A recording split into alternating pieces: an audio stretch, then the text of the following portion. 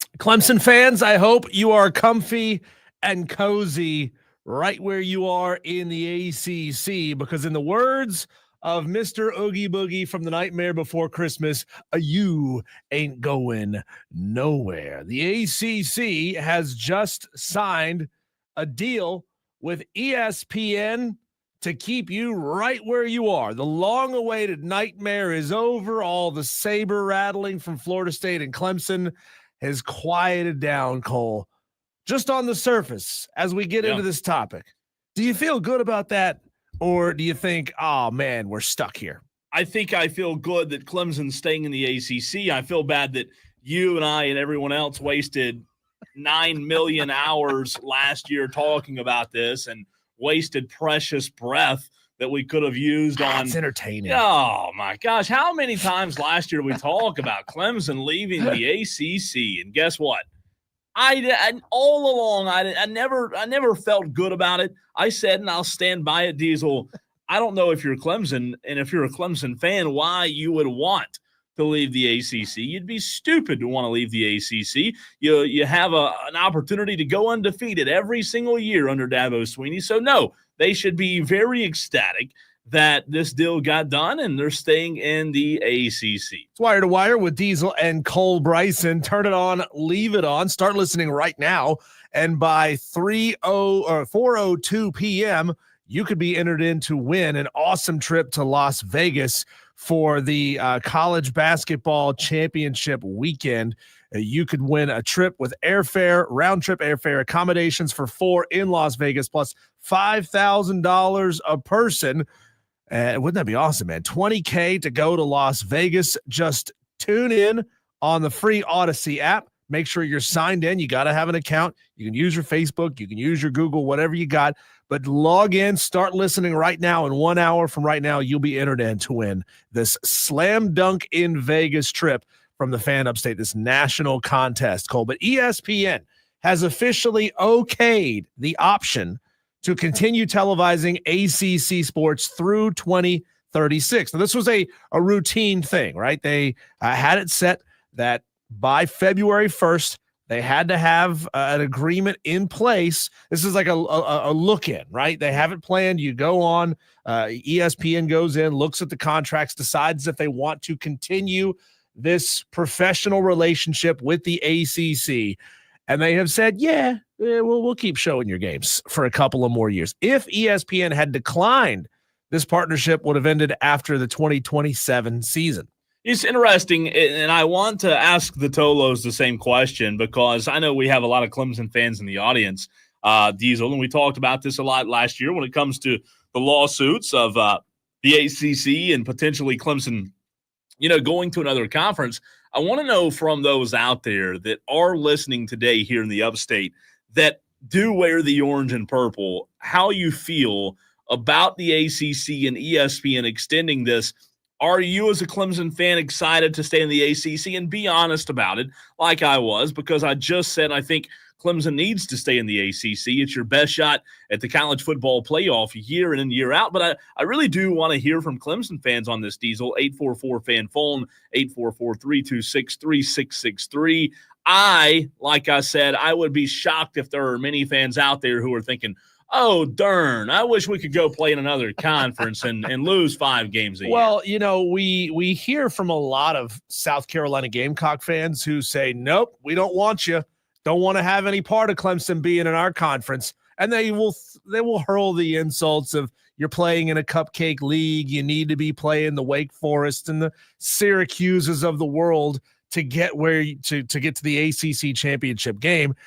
Cole, I'm not sure that we've ever really gotten the unbiased opinion of SEC fans outside of the state of South Carolina. Would Florida fans be interested in having Clemson and Florida State? Maybe not Florida State, because that's the same conversation, just moved to a different zip code. But would Florida fans want Clemson? Would Mississippi State fans or Oklahoma fans or whatever, would they be interested in having Clemson in their conference? We know that South Carolina fans sure as heck don't want that to happen, Cole. But yeah, I mean, the partnership continues. There are some caveats and interesting elements of this agreement to look into that I think is going to be very advantageous for Clemson going forward. So those who like to pretend like money coming into your school is money going into your personal wallet, you're going to say, oh, this is a great thing. We're making some more money. South Carolina fans used to love talking about their media rights deals as if you get a chunk of that money, as if you ever see any of that money. They build big, beautiful palaces that you don't ever get to go into. Ross Dellinger of Yahoo Sports was on this even back in September. I want to give him credit because he reported in September that the sides were negotiating this way and things would be trending. And he reported the same thing this morning as everybody else did, Diesel. But this basically is Ross expanded on, paves the way for the league to potentially finalize that settlement that you brought up with Clemson and Florida State because of their possible grant of rights and revenue changes. I think in a negotiation like this, I think it benefits Clemson. I think it benefits Florida State. I also think it benefits Miami because the teams in the ACC, that whether they admit it or not, they don't want Clemson and Florida State to leave. Miami's of the world doesn't want those two teams to walk. They want to have them in the conference. I think that, you look at the conference as a whole, you can't even say it's top heavy, can you? I mean, there's just not a lot of consistency. Texter from the 441 chimes in and says everyone outside of Clemson fans knew they'd be stupid to leave the ACC, just as Alabama, Carolina, and Ole Miss just ask Alabama, Carolina, and Ole Miss how much fun it is not to be in the ACC come playoff time. Easiest path to the playoffs by far. And Texter, I agree with you. Like I said, if you want to be in the college football playoff every year, join the ACC or stay in the ACC. Tom Figueroa, who is watching right now on Facebook. Welcome, Tom. I think this is your first time ever being in the stream. That's awesome. Facebook, Twitter, YouTube. Just look us up at The Fan Upstate. He says, just stuck in mediocrity conference. I just hope this doesn't backfire in the long term. Well, Tom, here's some reasons why it's not going to backfire, at least on paper, right? Things could always change going forward. But if this interests you Clemson fans, this is a big deal. It means you may play Notre Dame more often because this deal could involve the ACC's relationship strengthening in football with Notre Dame. We know they play every other sport in the ACC, but they've got this half in, half out situation. We're dating, but we're also seeing other people thing with Notre Dame.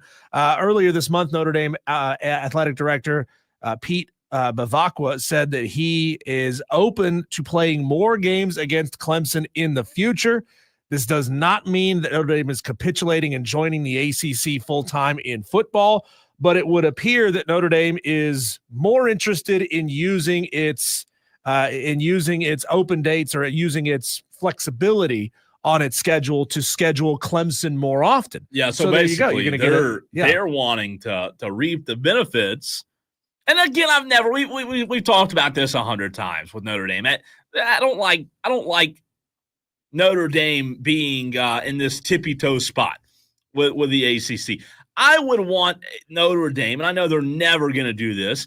I either want them in or I want them out. I don't want this tippy-toe, half in, half out. We don't really know for the ACC or not. We want to reap the benefits and be able to play Clemson. No, screw that, man. Screw it. Join a conference. I'm so sick of Notre Dame not being in the conference. Rob Brown is on the stream, ladies and gentlemen. He says, I'm a little bit country. I'm a little bit rock and roll on the stream. I think it's because you are kind of looking like Luke Combs right now. You're very much looking like Luke Combs. Me? Yeah, you. What is Rob talking about? You look like Luke Combs. How? It's the beard. It's the trucker hat. I don't see it, but you don't see it. Oh, I'll take it as a compliment. I mean, though. if I could be mistaken for anybody, I would like it to be a multi-platinum country artist, right? So he's saying you're rock and roll. What are you wearing? A rock and roll? Is that a rock and roll it's shirt? Iron Maiden, yeah. Okay. Come on now. I'm going to put this on the stream side by side. And you telling me these are not identical friggin' twins? Look at those two. They are twinsy right now. Oh, he's got the black button down. Let me do the face. Hold on. Let me do the face.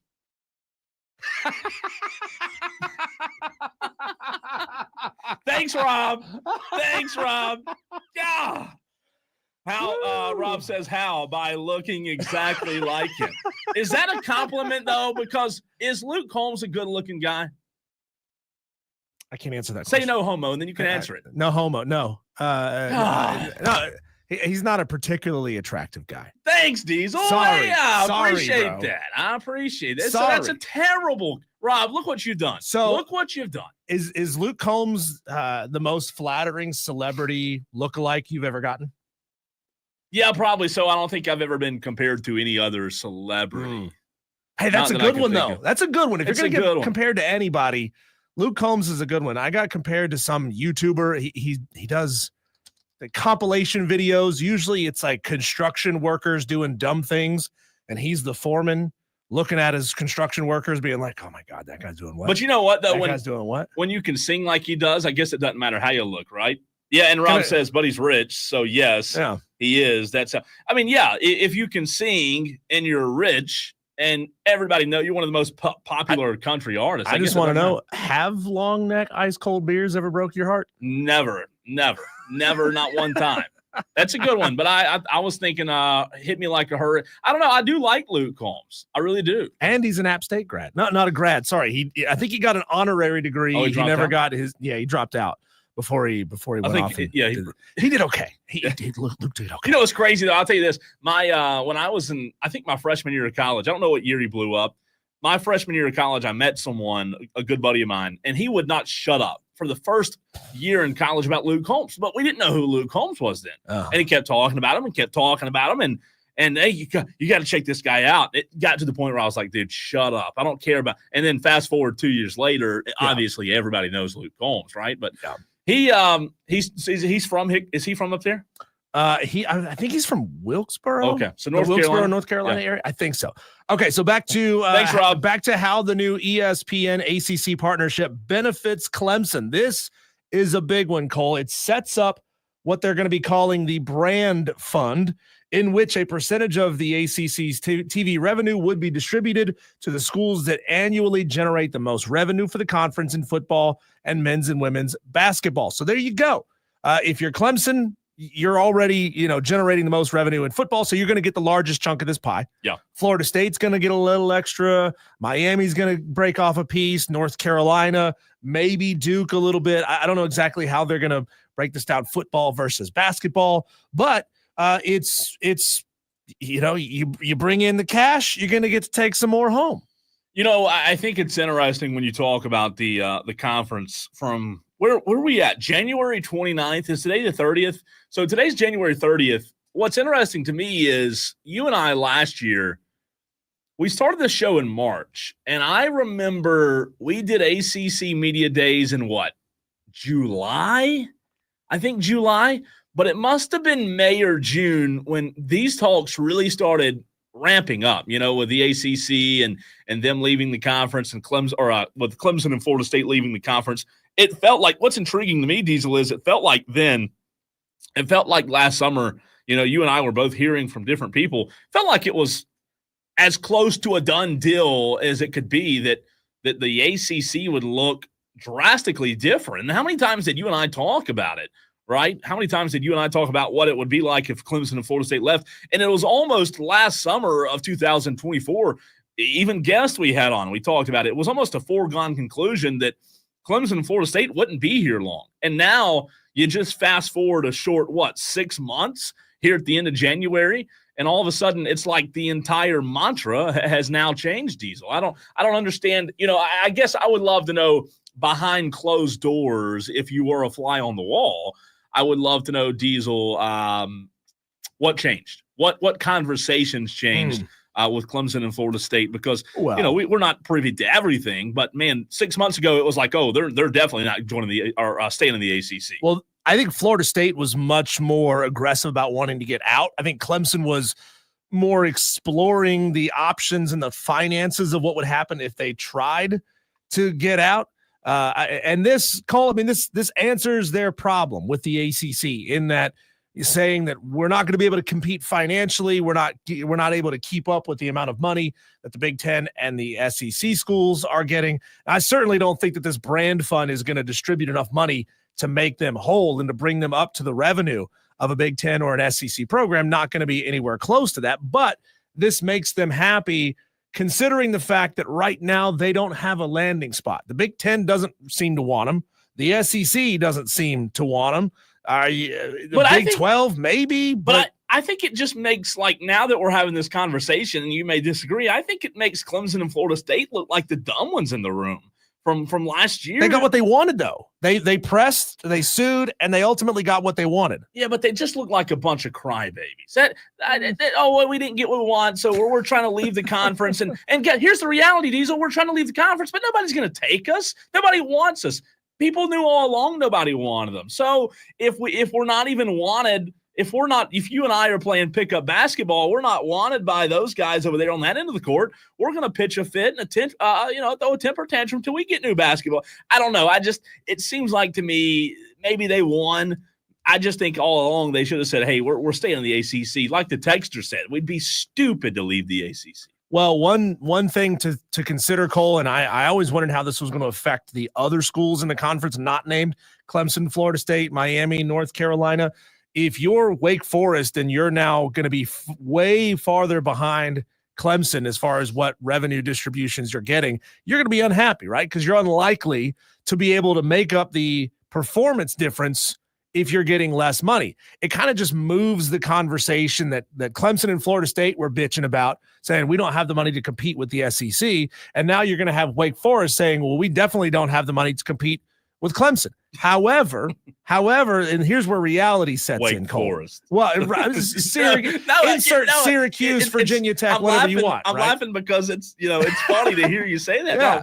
So here's where it gets real for them. They know that if they were to lose a handful of the bell cows from the conference, that they're worthless, right? Yeah. They know that nobody's going to want them. And so multiple ACC sources and athletic directors have said that we're not going to support this. We're not going to make this vote unanimous.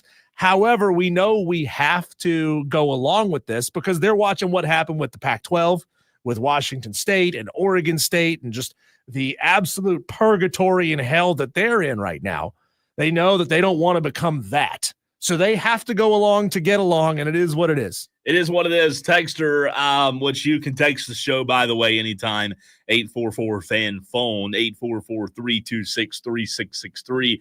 Texter says this comes from the 809. Only an idiot would leave a conference where beating Wake, Duke, and Syracuse and NC State gets not one, but two teams in the playoffs. It's too easy. Dewey learned the text, by the way. Awesome. Dewey says Rob Brown needs to go lay down. Take a nap, Rob. Is that like an early morning show joke? Does Dewey call the Rob Brown show, or is Dewey he needs to start a wire-to-wire exclusive? Or is Dewey awake that early? That's the question. But Dewey learning the text is a major step up, man. That's a huge development. Did you ever watch MTV Cribs back in the day? No, I did not. There was an episode of Cribs. It was 2 episodes of Cribs where they went into Sebastian Bach, the lead singer of, oh God, I'm blanking off the top of my head, Sebastian Bach. They went into his house, and he was showing off his house, and he was showing off his game room, and he had a copy of Kiss Pinball, and he was so excited about it. Like, wow, look at this. I've got Kiss Pinball. How cool am I, right? And then a couple episodes later, they go to the drummer of No Doubt, who like nobody knows even what his name is, the drummer of No Doubt. He says, look at this. I've got Kiss Pinball autographed by all the original members. You don't have that, Sebastian Bach. Sit down. So Dewey is telling Rob Brown to sit down. He's taking shots at the morning show host. He really Rob fires back, by the way, in all caps. I'm listening to you. Skid Row. Why couldn't I think of Skid Row? I'm listening to you from my bed, so take that, Dewey. I may or may not be wearing pants. That's a great thing to envision. So what you're telling me is Rob Brown is laying in bed talking to other men? Yep, without pants on.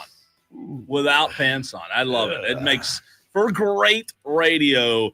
Speaking of radio, appreciate you, Tolos, being with us on this Thursday edition. He's Diesel. I'm Cole Bryson, continuing the show. A big show coming up, by the way, today. Going to get into a little NFL quarterback prospects today. Also, Cam Newton audio, Daily Wires at 4:45. Sean Paul, Diesel, at 5 p.m. Field of 68. Little college basketball for you. And then we are moving the Tolo takeover to 5:20 today. So Tolos, just a little bit of a change in schedule. 5:20 Tolo takeover, which means you have 2 hours from now until then to be thinking about what you're going to take over these airwaves with. 5:20 Tolo takeover. But in the very next segment, let's talk legacy, Diesel. Let's talk goats. And I don't mean the kind found on a farm.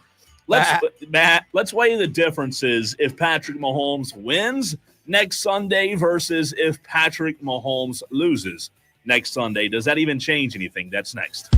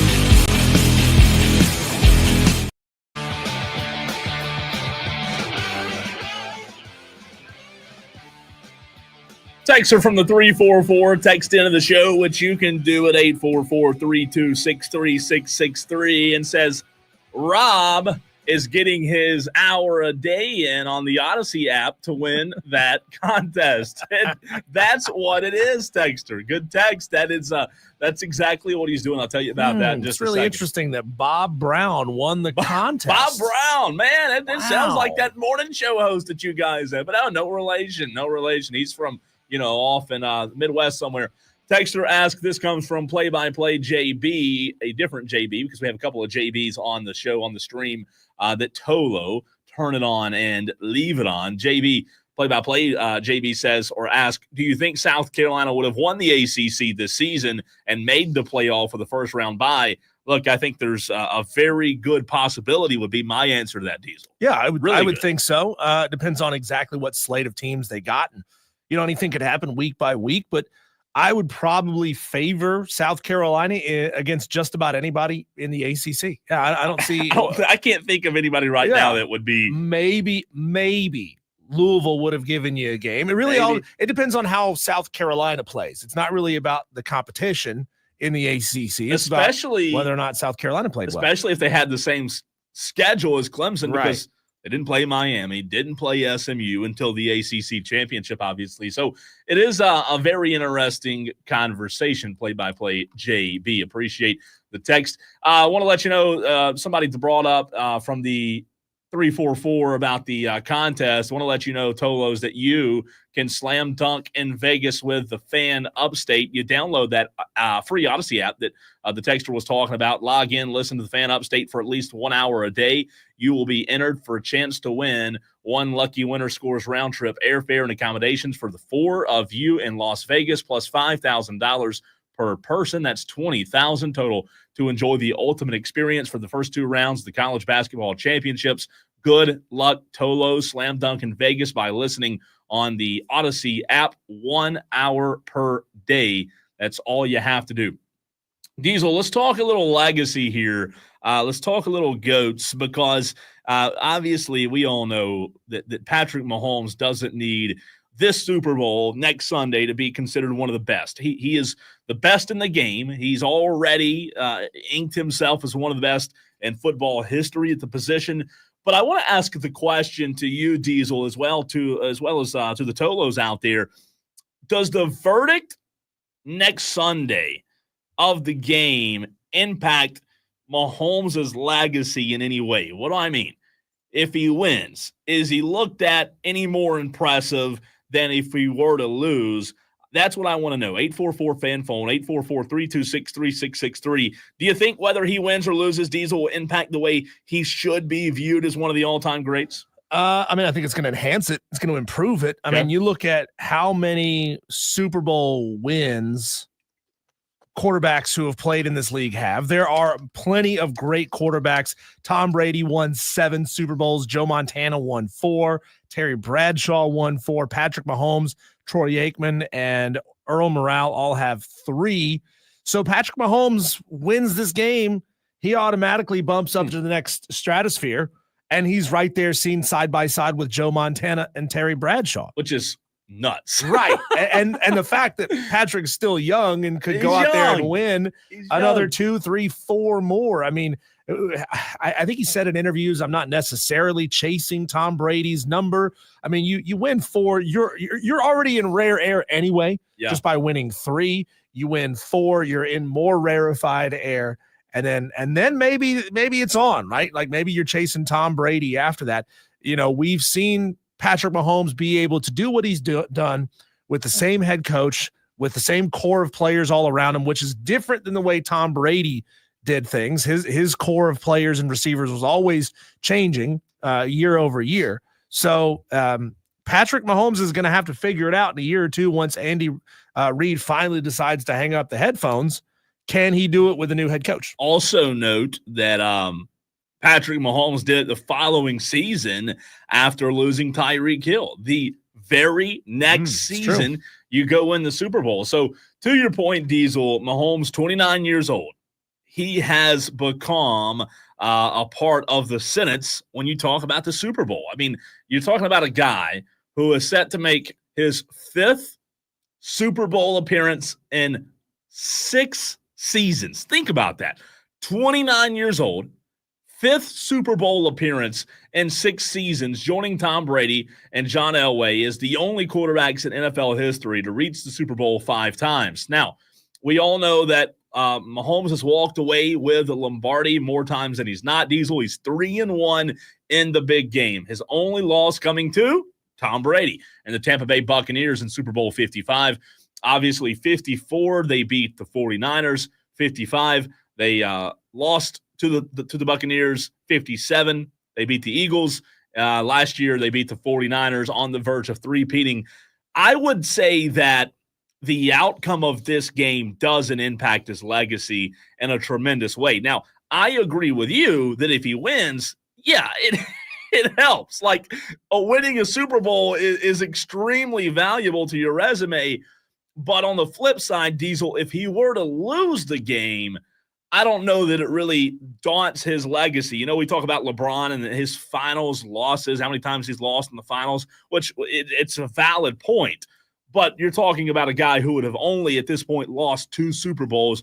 I don't think, and tell me if you disagree, Diesel and Tolos, I don't think a Patrick Mahomes loss taints his legacy at all, does it? No, of course not. Of course it doesn't. I mean, he's getting there. He's got the opportunity to win this. Cole, maybe it's generational, and maybe some of our slightly more seasoned. I don't like to use the word older because that sounds mean, sounds cruel, but our slightly more seasoned, more tree rings having Tolos. Mm-hmm. Maybe I'm wrong here. Why do we talk about Joe Montana with more reverence than we do Terry Bradshaw? Both of them have 4 Super Bowl wins, right? In theory, if you just look at that one metric, they're on par, side by side with one another. Why do we talk about Joe Montana like he's a bigger deal than Terry Bradshaw? Is it the fact that we've seen Terry Bradshaw on TV pretty much ever since he's stopped playing the game, and maybe he's a little bit of a goofball on TV that we kind of, for whatever reason, just don't revere him as much? Am I wrong about that? I don't know. I think it'd be good for a seasoned Tolo, like you said, seasoned. Yes. Texter says Mahomes will be GOAT status, win or lose, based on his AFC championship thing. And Diesel, you just took my question right off my fingers. Will Mahomes be able to do it post Andy Reid? Well, did I take it off your fingers or did I pluck it out of my own brain? I don't, you know what? I don't want to act like coaching doesn't matter. However, I do not think, and here's what camp I'm in. I'm in the camp that Patrick Mahomes will be great and competing with Super Bowls even without Andy Reid.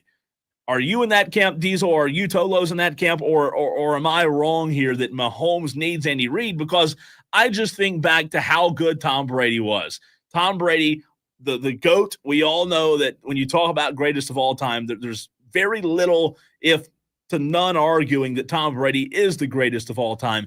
And what happened after Tom Brady left New England and went to Tampa Bay? Well, he won a Super Bowl. We didn't know that until he left, right? We didn't know. The whole debate was, is it Tom or is it Bill?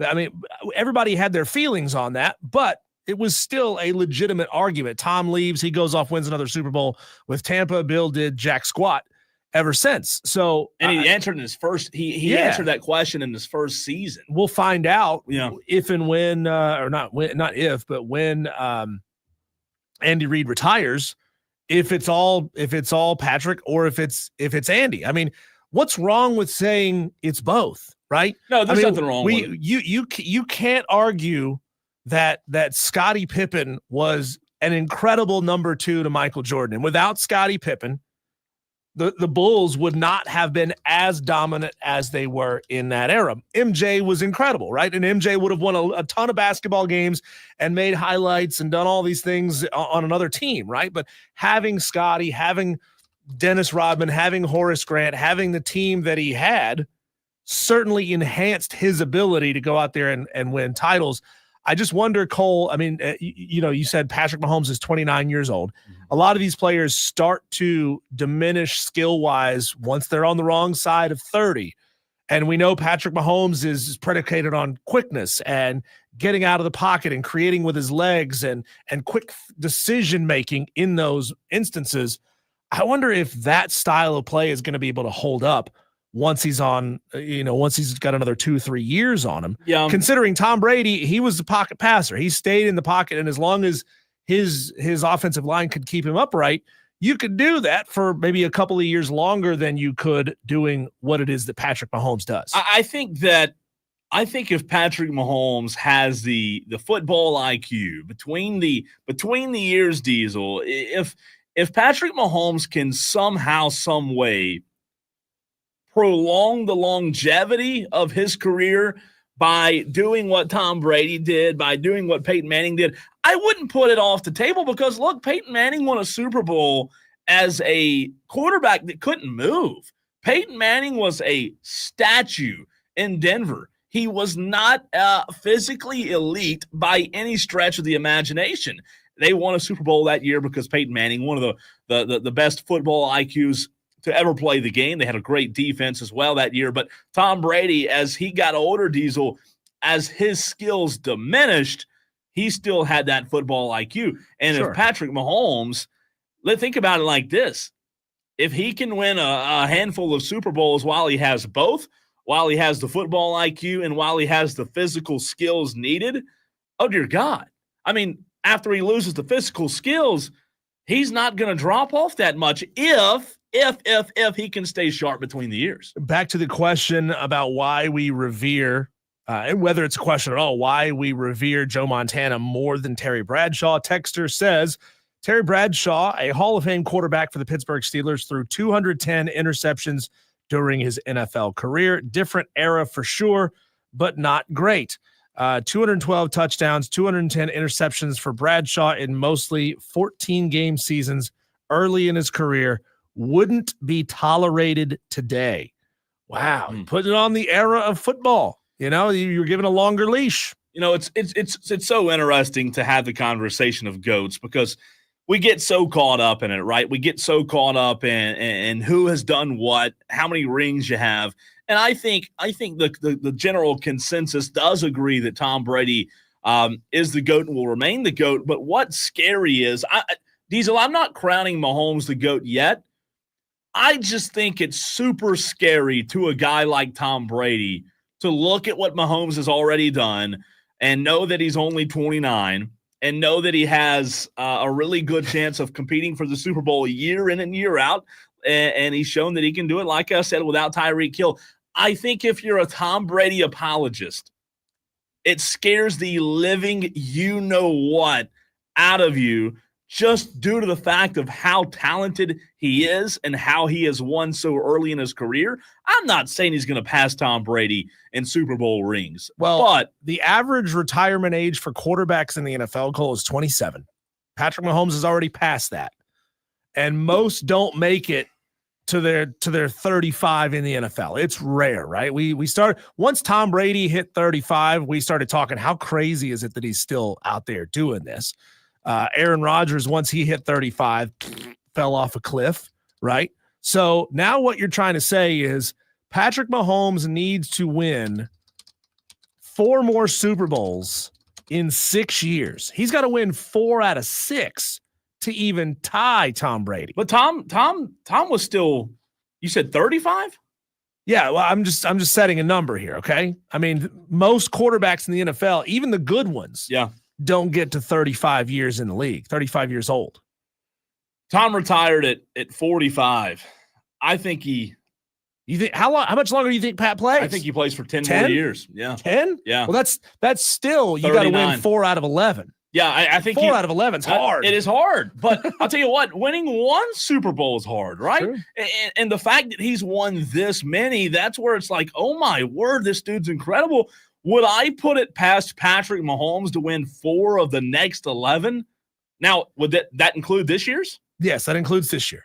That means 3 of the next. I wouldn't put it past him. I'm not saying he's going to pass Tom Brady, man, but what we're witnessing, it's elite. It's greatness. People get tired of it. People hate him, but just try to appreciate it, man. Good luck, Josh Allen. We're witnessing greatness, man, and you got to appreciate it. When we come back, Cole, remember a few weeks ago when Diego Pavia got an extra year of eligibility? The NCAA granted him a year of eligibility, and we thought, well, that's crazy.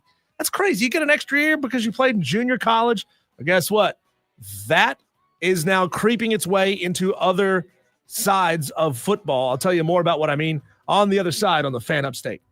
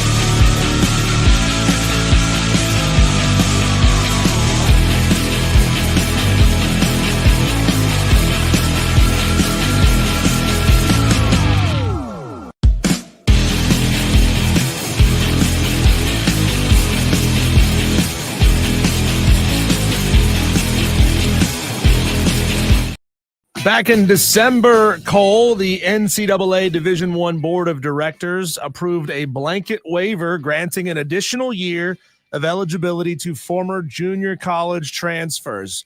Diego Pavia, probably the biggest example of that. A lot of other quarterbacks, or not just quarterbacks, a lot of other players who spent time at JUCO schools are taking advantage of that, and they're going to play another year in college football. They're going to make probably a little extra money doing that. And guys, if you played junior college, it's unlikely that you're going to end up going on to an NFL career. So, hey, stay in college for another year, make your money that you can make from NIL, and, party it up for one more year in college. And we all thought that was a little nuts when that happened, Cole. We all knew that wasn't going to be the end of it. Here we go, Cole. Now Division II athletes are suing the NCAA, claiming that time that they spent at a Division II school shouldn't count against their Division I eligibility, and trying to get more and more playing time in college football. On the surface, Division first II, thoughts. On the surface, first thoughts, I don't know that I disagree with the players. Why? It's still an NCAA sanctioned university. NCAA, yeah. Division II, though, I mean, there's a lot of different things when you talk about Division II football, and scholarships and benefits that a player doesn't get. It's a really interesting conversation. I would change my mind if you could somehow, some way convince me to do so. So let me go deeper into the story so you can understand. Okay. And we're gonna have to do it quickly. Wisconsin quarterback Niger Forquirin. Nizer F. I'm going to call him Nizer. Sued the NCAA on Wednesday, alleging that his 5-year eligibility clock shouldn't have been running during his 2 seasons while playing at Division II Grand Valley State. He claims in his lawsuit that the NCAA is denying him an opportunity to profit from his name, image, and likeness by failing to award him with additional eligibility with the Wisconsin Badgers. So he spent 2 seasons at Division II. He says that shouldn't count. You're restricting my ability to make money off of my name, image, and likeness. See, this isn't about playing time. This isn't about going on to another level of football after this. It's just, I want 2 more years to make NIL money in college. Again, advocating. I guess I'm taking the side of the advocating for the player now. I haven't always done that, by the way. Again, advocating for the player. I'm trying, Diesel, to put myself in their shoes here and say, look, if these other players were given that opportunity, hey, part of me says you weren't good enough to go D1, so don't complain, right? You should have been D1. You should have developed into a player that ended up being good enough to ended go play up Division a couple I. of years down the road, right? This guy, he didn't go D1. I don't blame him for that, but at the same time, I guess if I'm gonna play the player side, I'd say I understand where he's coming from and wanting a shot at the same opportunities that the D1 players have, but at the same time, you were D2 for a reason, right? So here's how this plays out, Cole. There are some extenuating circumstances here. Okay, so Nizer, the aforementioned player, his attorneys asked the court to grant a temporary restraining order and preliminary injunction that would prevent the NCAA from enforcing its bylaws pertaining to its 5-year rule of eligibility, 3-year eligibility limits for transfers, and to rule that the player's first season at Grand Valley State be considered a missed opportunity under NCAA rules because of the death of his father in 2021. So, wait, how does the death of the father? Where's that play in? It doesn't go into that detail here. Yeah. So we don't know if Grand Valley State just so happened to be close to his family home so that he could be around his father more. That's weird. It's just strange. Or if they're saying I wasn't in a mental state to be going off to a large university. I don't know exactly where that comes into play here, Cole, but he's up against the running clock because he has until February 7th to declare for the NFL draft. So he needs this thing taken care of in the next week. He wants to go back to college to make more money in college, but he has until February 7th to enter the NFL draft. So you're telling me he has 1 week? He has 1 week. That doesn't look good. No. I don't like his chances. Let me say it that way. I do try to see both sides, but at the end of the day, if you weren't good enough to be with the big boys, with the big dogs, if you weren't running with the big dogs, don't get mad that you didn't have the same opportunity as the big dogs, Diesel. Well, I mean, look, we laugh about Michael Penix Jr. coming out of college and being 25. Dudes are going to come out of college at 30 now. Yeah, they're going to be retiring from college because the NCAA just keeps granting them more and more and more and more eligibility. Little news when we come back about Justin Tucker. Not so good news for him. It just popped up on my phone. Breaking news. We'll get to that 7 minutes from now. And find a diamond in the rough. Tolos, we need your help on this diamond in the rough. Want to also remind you that the Tolo Takeover is still taking place today, but will be 20 minutes later, 5:20. Tolo Takeover. Go ahead and get your thoughts ready for that. Hour number 2 next.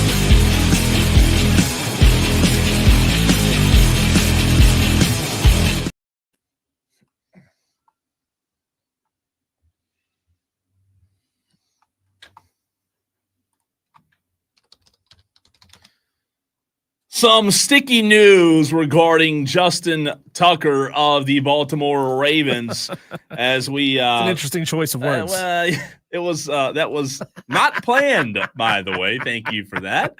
The Ravens, Justin Tucker, Diesel says massage therapist allegations are false. You heard it on the sports flash at the end of the hour right there. If you were toloing, turning it on and leaving it on.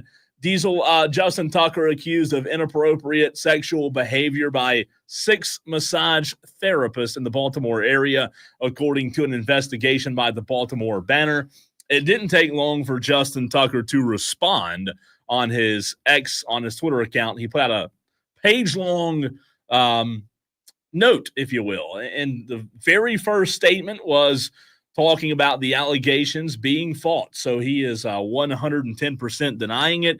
I don't know what it is, whether it's true or untrue, Diesel, but with the massage parlors and the massage therapist, what happened with Deshaun, hopefully it doesn't spur like every massage therapist out there wanting to sue and make money, but we don't know until we really know on this one. So correct me if I'm wrong here, Cole, and I'm being facetious when I ask this question.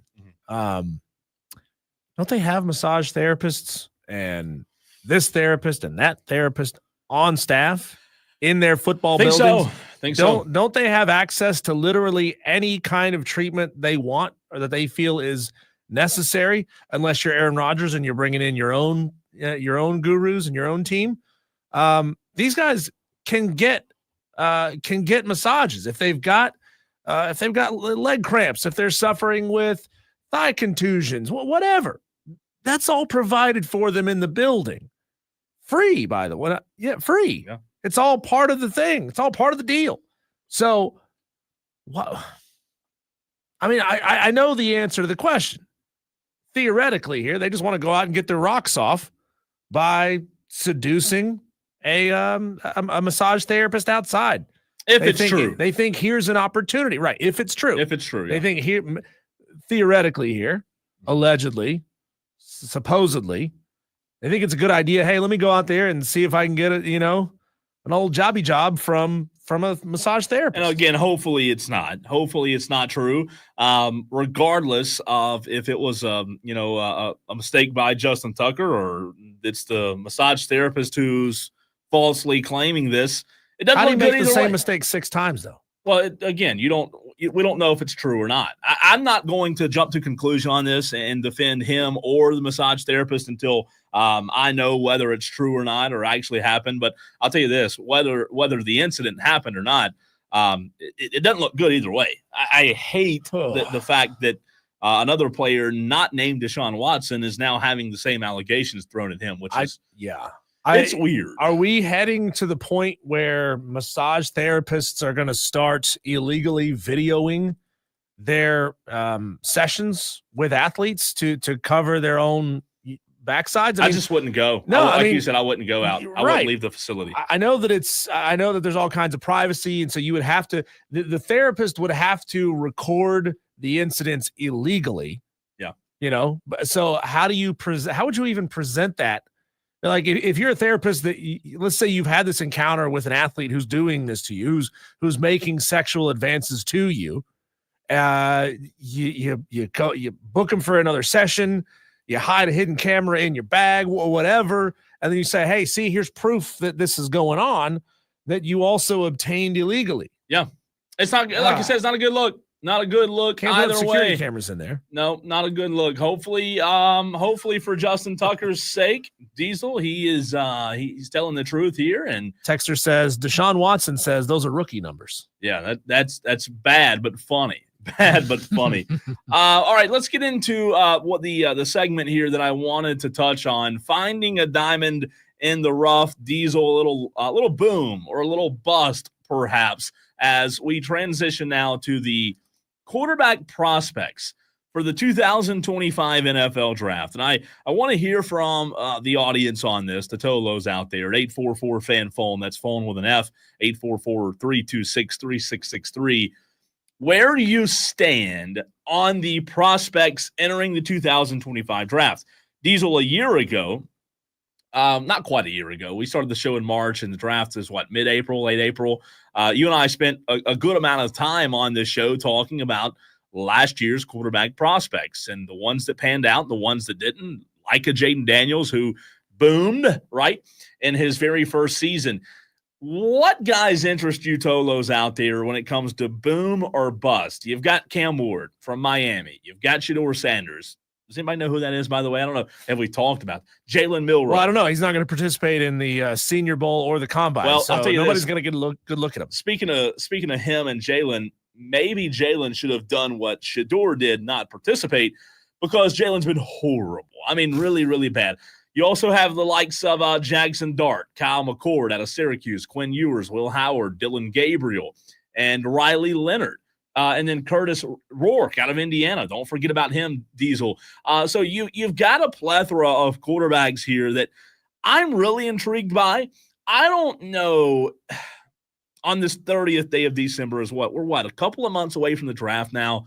I don't know if there's one guy in this draft that screams Hall of Fame quarterback in the NFL to me. Yeah, there's a couple red flags. There's a couple red flags. Guys. However, I do think some of these guys have not the same potential that Jaden Daniels had, but I think some of these guys do have the potential to be a little bit sneaky heading in. So boom or bust. Let's start with boom. If you had to name a guy or two from this list, Diesel and the Tolos, to go into the NFL, and again, we talk about how important the situation is, right, that they walk into, but a guy that you could see booming on the scene and being successful. I'll let you go first. Oh, I'm going to go Will Howard from Ohio State. I like the way he plays. I like his attitude. I like his intensity.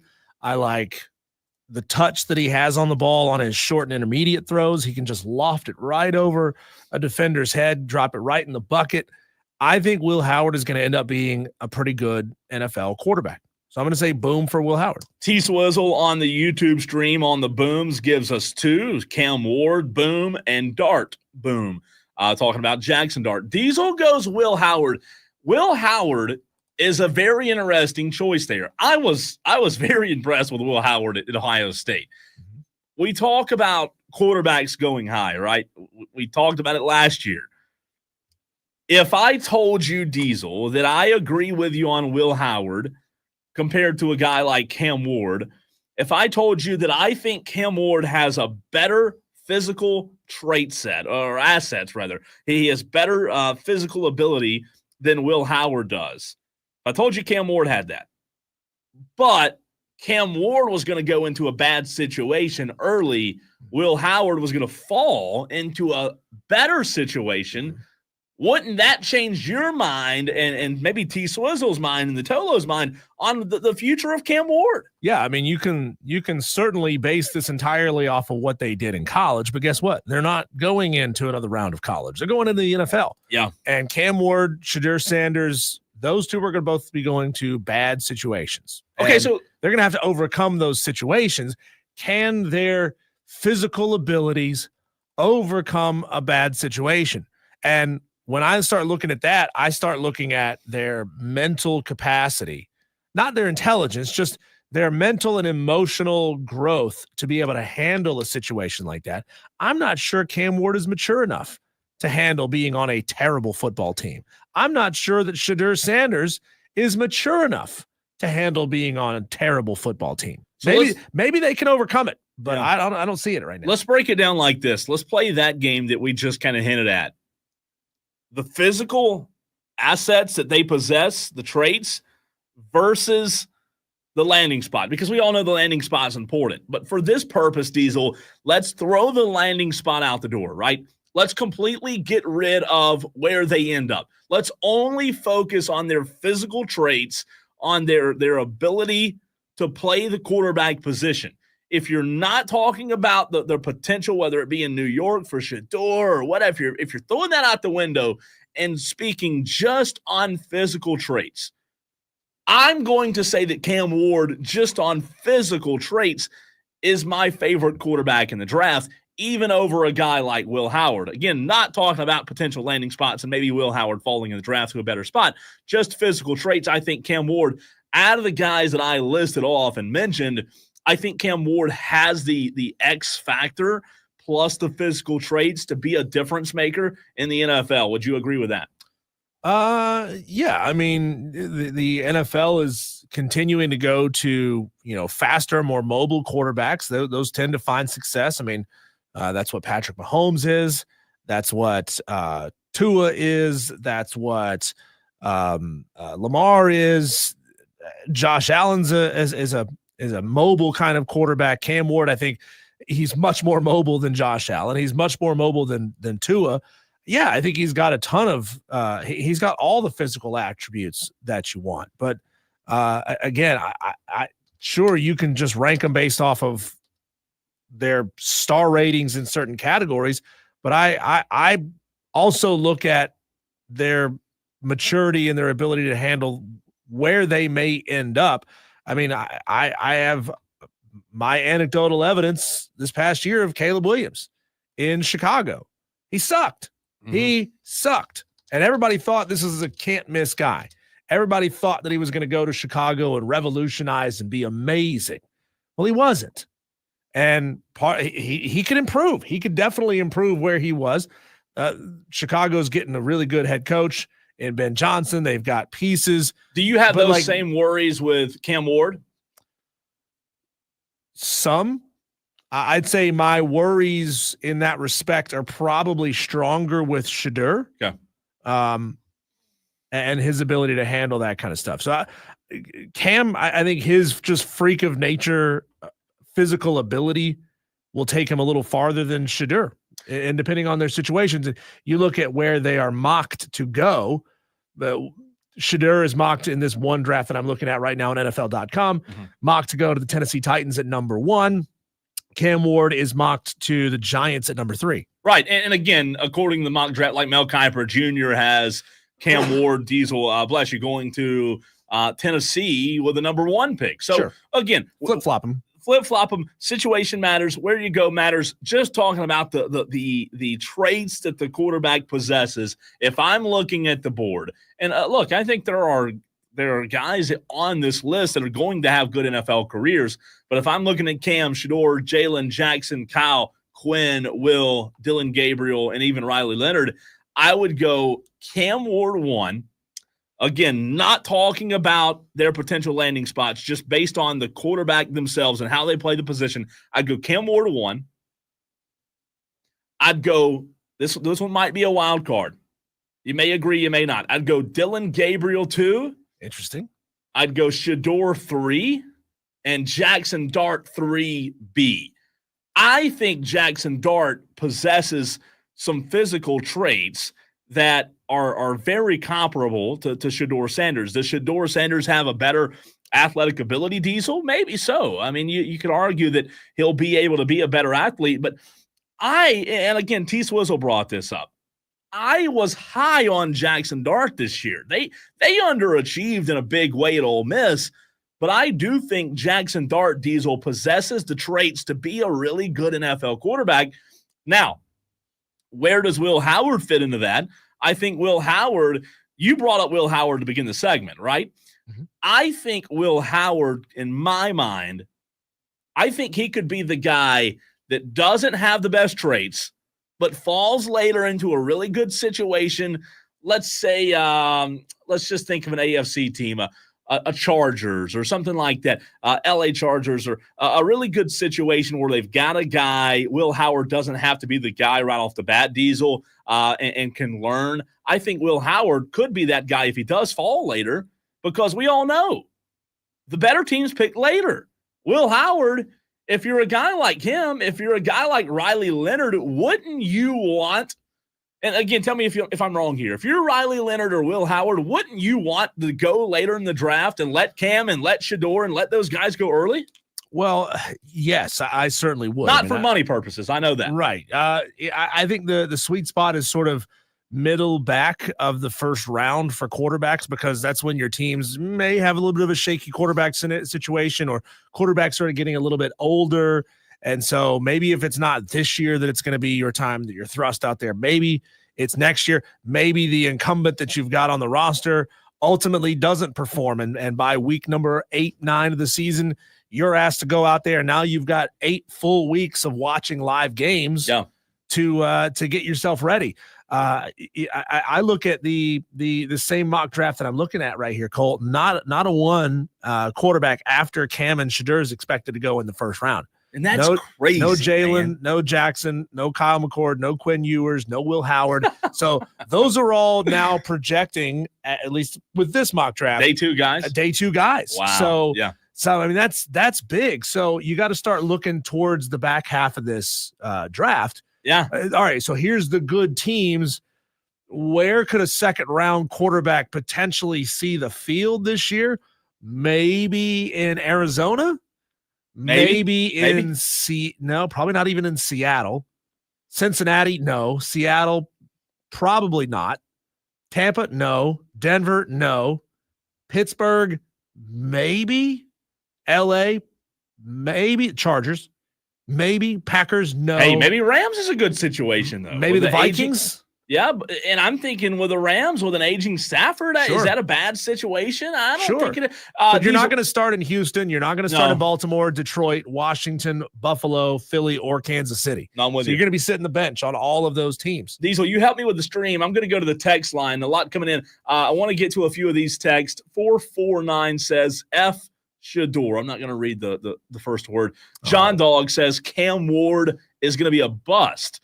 Texter from the 344 doesn't sign his name. I asked the other day, can Shedeur find success with someone other than his dad as a head coach?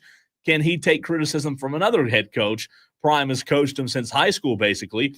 Kane on the text line says, Milroe boom, Sanders bust. See, I don't agree, Kane, with the Milroe boom. We'll get back into that, though. Jeff R. says, I think Dart reminds me of Baker Mayfield. That's interesting. Fascinating.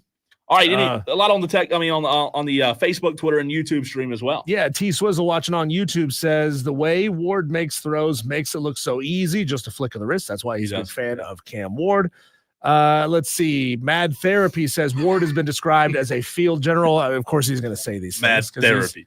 Yeah. Let's see. Has an NFL IQ and a leader. Again, of course, you would say that.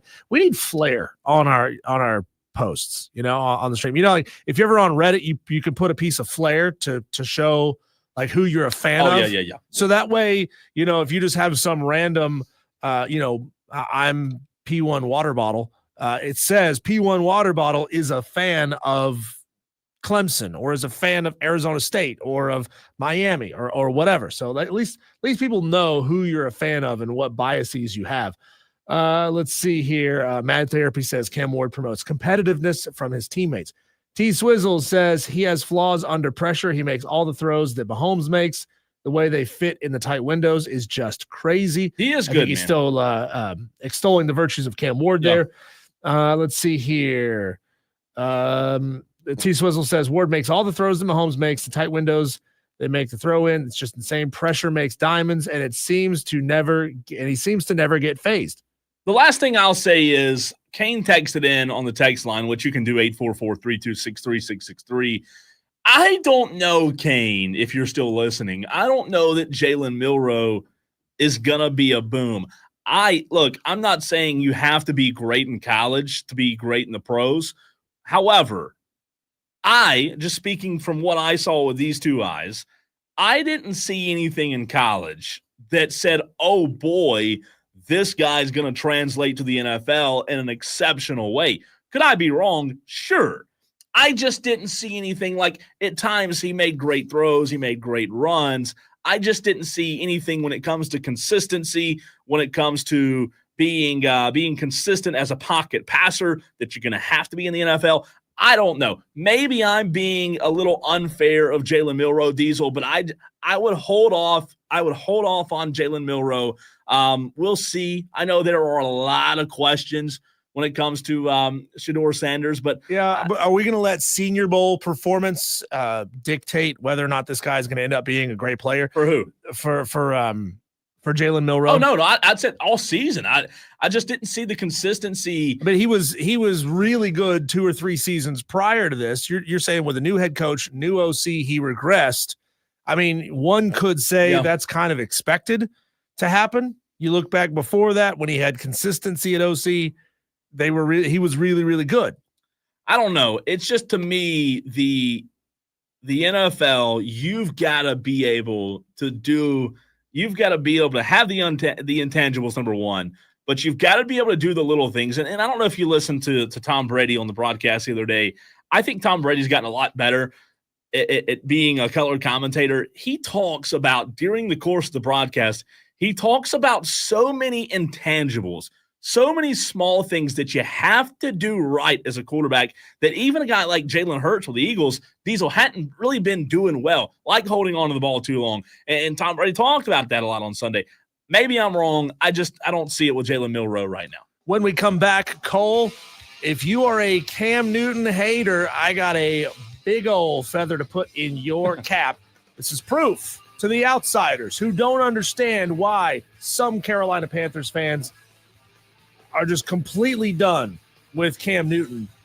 Audio, something he said on First Take, will prove to you why that is. Next on the Fan Up Statement.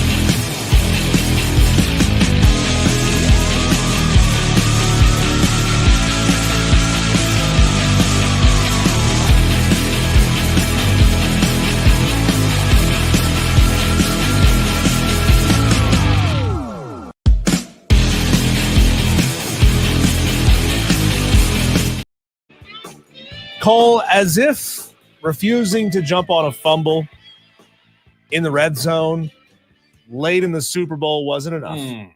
As if going to the sideline, putting a towel over your head, pouting, crying, whining isn't enough. There are still some Carolina Panthers fans who were excited as hell when Cam Newton came back to the team a couple of years ago. Remember the "I'm back"?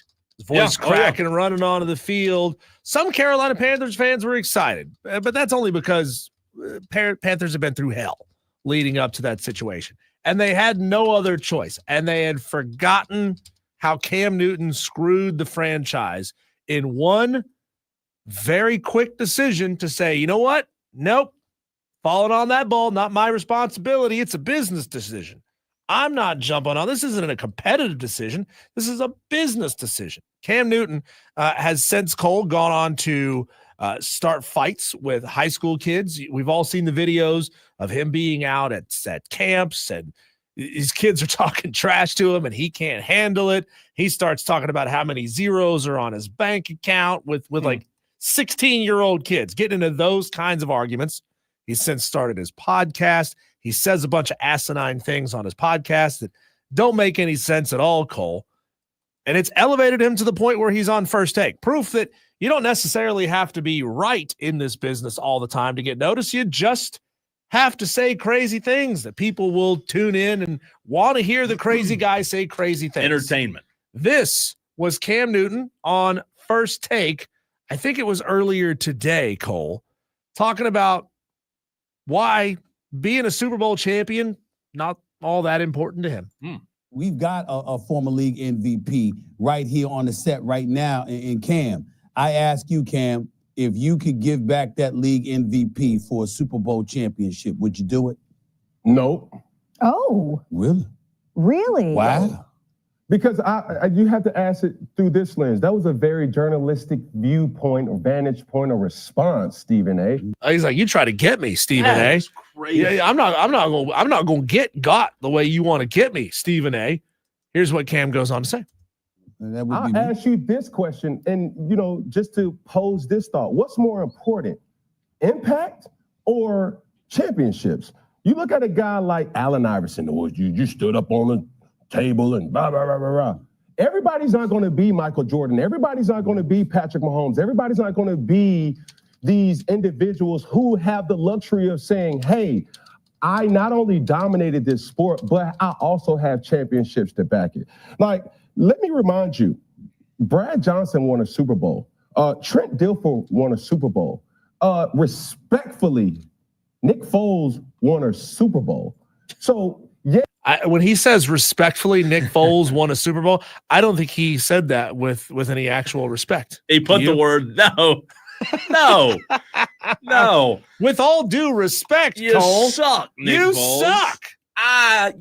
Well, this is weird, man. We're not done. There's still there's there's still another 57 seconds of this audio, but I did want to break it up just a little bit because our boss doesn't like it when we play like 2-minute blocks of audio.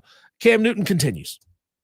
So, yes, when you look at those guys and you say, okay, what's more important? Would you have preferred to win a Super Bowl? I think that's the humble approach. But if we're being honest, the impact of you holding yourself accountable to say everybody has a responsibility to do. And you can say as an MVP award winner or an All-American, you've held yourself or you've held your end of the bargain down. And that's what it really comes down to for me.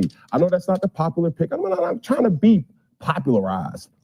But my take is I'm taking individual success because I did my job. Football is not about one guy trying to do 11 jobs. It's 11 guys doing one job. And if everybody does their job best, famous words of our coach, Belichick, just do your job. Do it. He's not trying to be popularized. He's also not trying to be grammatically correct. Or let me tell you this. I have so many thoughts. The first thing, though, Diesel, before I forget, did he just say in that last clip you played that everybody has to do their job? Is that what he said? Everybody has to do their job. Okay, well, let's. Oh my gosh, this is so sticky here, Cam Newton. Let's look at this. Super Bowl, Diesel. Do you know what Cam Newton was in the Super Bowl? I have the numbers.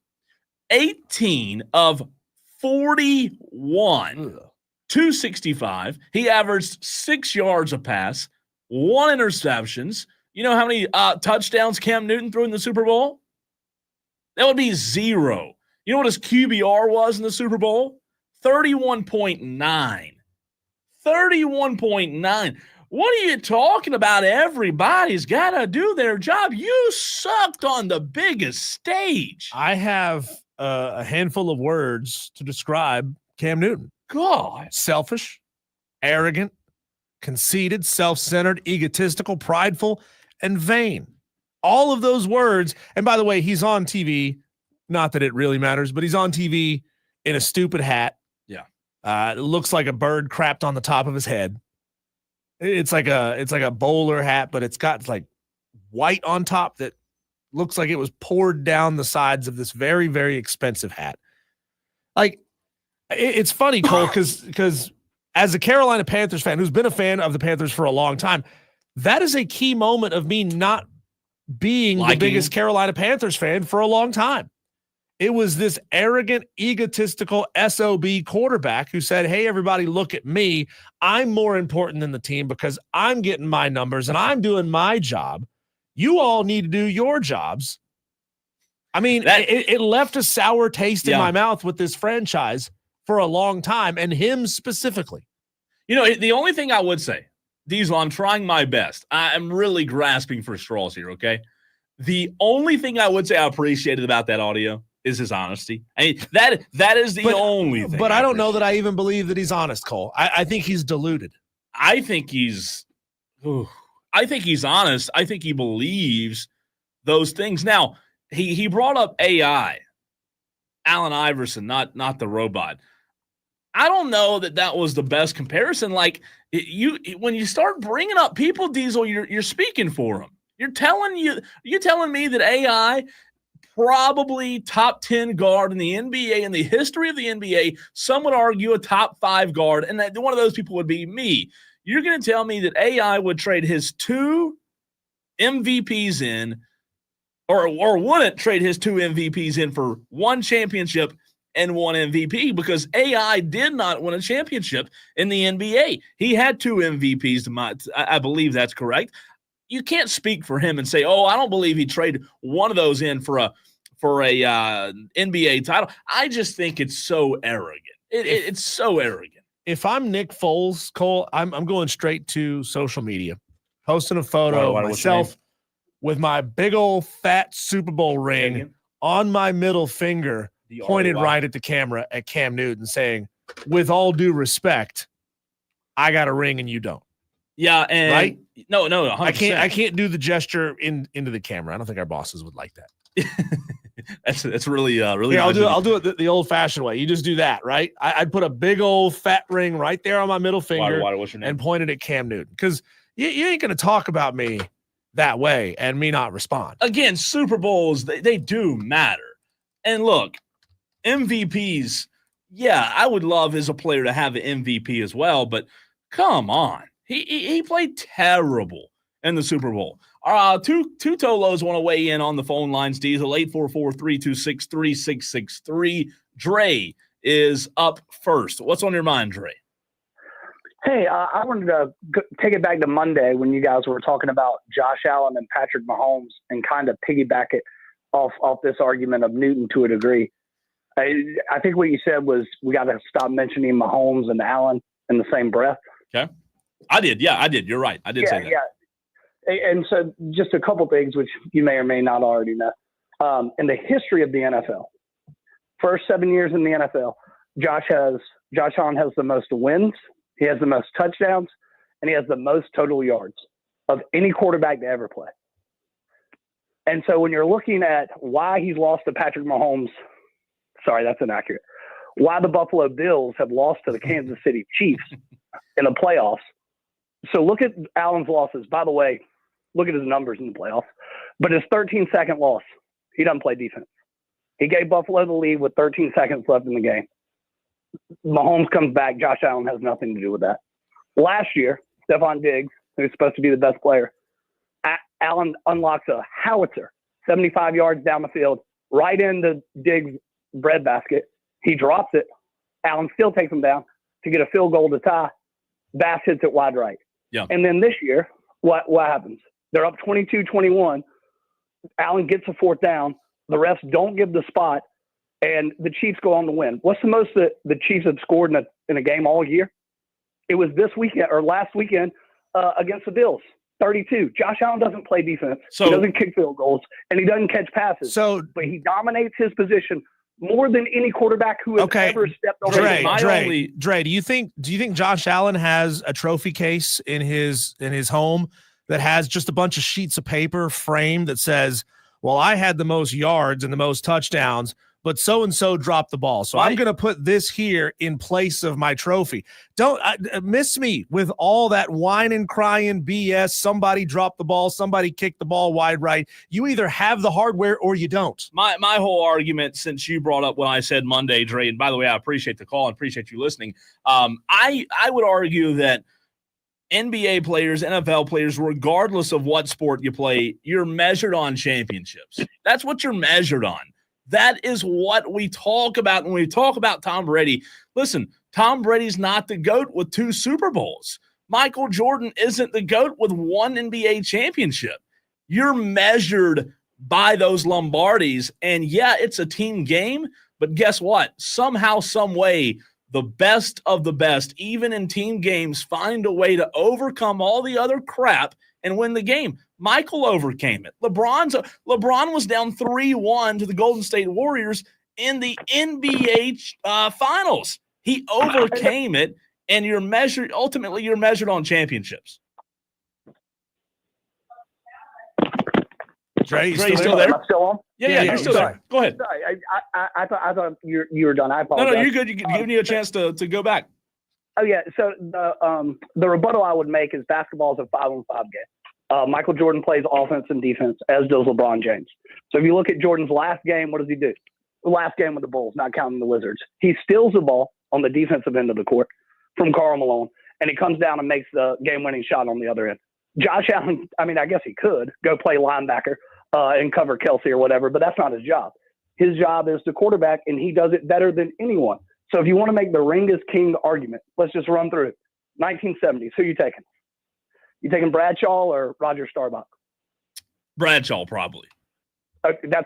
You're the one person in the world other than Terry Bradshaw who would say that. 1980s, so you're taking Joe Montana, Elway, or Marino. You can have your pick. 3 great quarterbacks, but what are we basing it off of? Championships or stats? I'm saying it's an all-time draft. You have nobody except for me and you or GMs, and we get any quarterback. Are you taking Montana, Elway, or Marino? Probably Montana. Okay, again, I don't think many people would share that opinion. The Niners were a better team. 90s, you taking Aikman or Young? Young was the better quarterback in the 90s. Right. So he was, and Aikman has 3 Super Bowls and Young has 1. 2000, obviously, you just said you'd take Tom Brady over Peyton Manning. I would take Manning. Brady's first 4 Super Bowls were all under Spygate. Those should all be null and void. Oh my God! Talk about steroids. Hey, go read the ESPN article. You could Google search Spygate, where Roger Goodell takes over as the commissioner, and he comes in and says, "Burn these tapes." You can Google it right now. Go to ESPN and read the article. Listen, I'm with you, but at the end of the day, you can't deny greatness, and you're measured by greatness. Right. So again, I think it's a logical fallacy. It's an ad populum fallacy to say because everybody says the ring is king for quarterback, that's right. Yeah, but Dre, how many quarterbacks who are mediocre to good quarterbacks get bailed out by defenses helping them win games? So you can make this argument both ways that there have been times when quarterbacks don't do their jobs, but great defenses or great running backs or great wide receivers bail them out and help them win football games that they otherwise shouldn't win. So you should be willing to take credit away from a quarterback who doesn't perform sometimes if you're just going to put all the credit on one player. Well, I'm not putting all the credit, but I'm just saying, feel free to look up Josh Allen's playoff stats.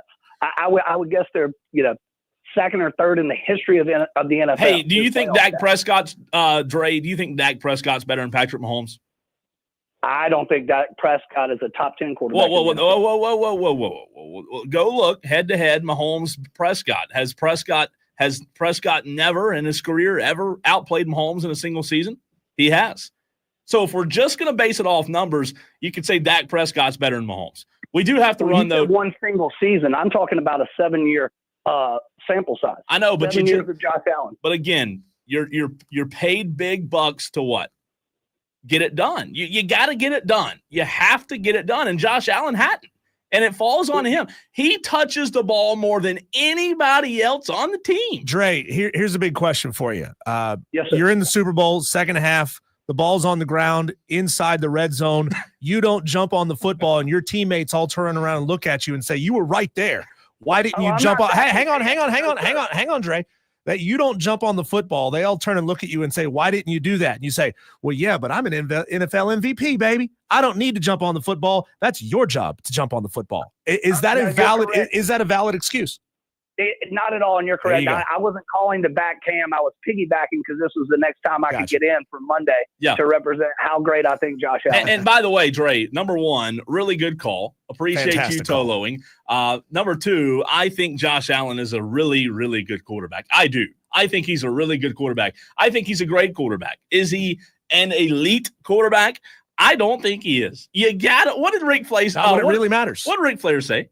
To be the best, you got to beat the best. In order to be the man, you got to beat the man. Real quick, Miller wants to chime in on the phone lines as well. What's up, Miller? I want to talk about the Cam Newton thing. I'm watching him on a show right now. We've had a past where, with Carolina and all the other teams that he's played for. And what I don't really understand is that he has a very overinflated, in my opinion,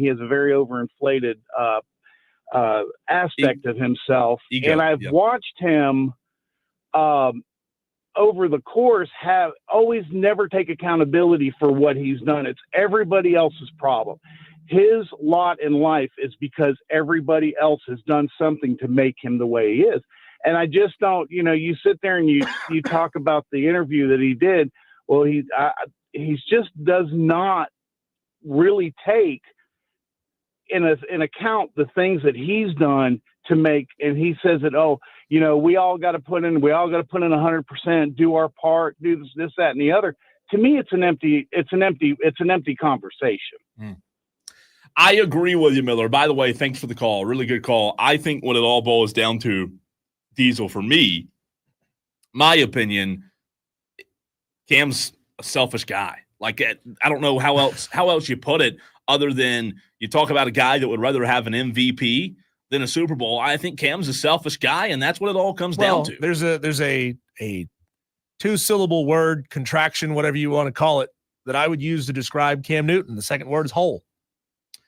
And that's fair. I think that's fair. Again, was he a good quarterback? Yeah, he was really, really good. There's no doubt. But he had it everywhere else but right here. Yeah. And right here. He didn't have it, but he didn't have it in his head, and he didn't have it in his heart. It's a really good segment, though. Because Dre and Miller, please call back anytime because you guys really are great good calls. Really good calls. And that's what we say all the time on this show. Diesel and I can plan segments, but you Tolos are what make the segments gold. Each and every day, each and every segment, your participation. We love it, man. We absolutely love it. If Diesel and I did a 4-hour show with no interaction, look, we're honest. We don't think it would be as good. You guys make it great. Thanks, Dre. Thanks, Miller, for chiming in, and those on the text line and stream as well. A little Daily Wires, top stories in sports next.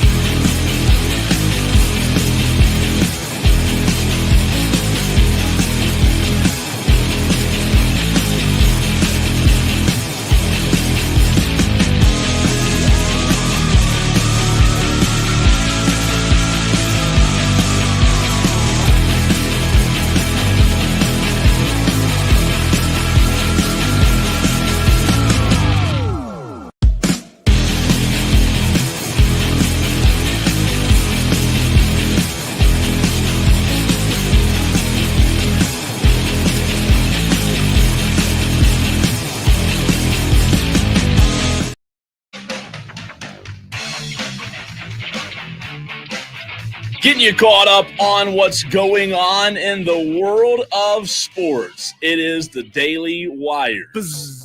Daily Buzz, headlines, whatever you call it. We wrap it into one single segment. Diesel, just I hate reading this one. This one's awful to read, and just terrible situation late last night in Washington, D.C. 14 members of the figure skating community were passengers on an American Airlines jet that collided with an Army helicopter near Ronald Reagan National Airport and crashed into the Potomac River in D.C. on Wednesday, according to the Skating Club of Boston executive Doug Zygby. He said 6 members of the associates were killed in the crash, including teenage skaters Gina Hahn, Spencer Lane, and their mothers. Also killed were Evinja Shiskova and Vadim Naumov, I'm sorry if I butchered that, who won the pairs of titles at the 1994 World Championships and competed twice in the Olympics. They were listed as coaching at the Boston Club. Skating is a very close and tight-knit community. Diesel, these kids, their parents, they were in the plane, man. It was a tragic situation. There was a close, tight bond between them, and he says they will have long-reaching impacts for our skating community. Yeah, I know the investigation in situations like this take a while. Really, morbidly curious to find out the scenario of how these two aircraft ended up colliding. But man, that's just so sad. And for everyone else on board, I think I read that there were no survivors expected out of this crash. I heard an interview this morning from someone talking about the incident. I saw it this morning when I left, and I didn't tune back into it until like 1 when I was on the way here because I was busy throughout the day, and I tuned back in, Diesel, and I saw where it said no survivors. That's terrible. Just absolutely tragic. My thoughts and prayers are with their families. What a tough situation that is. Diesel, in Nashville, Tennessee, the chairman of the NHL's Nashville Predators and his wife want to bring the WNBA to Music City and have teamed up with a star-filled investor group that includes Candace Parker, Pro Football Hall of Fame quarterback Peyton Manning, entertainers Tim McGraw, Faith Hill.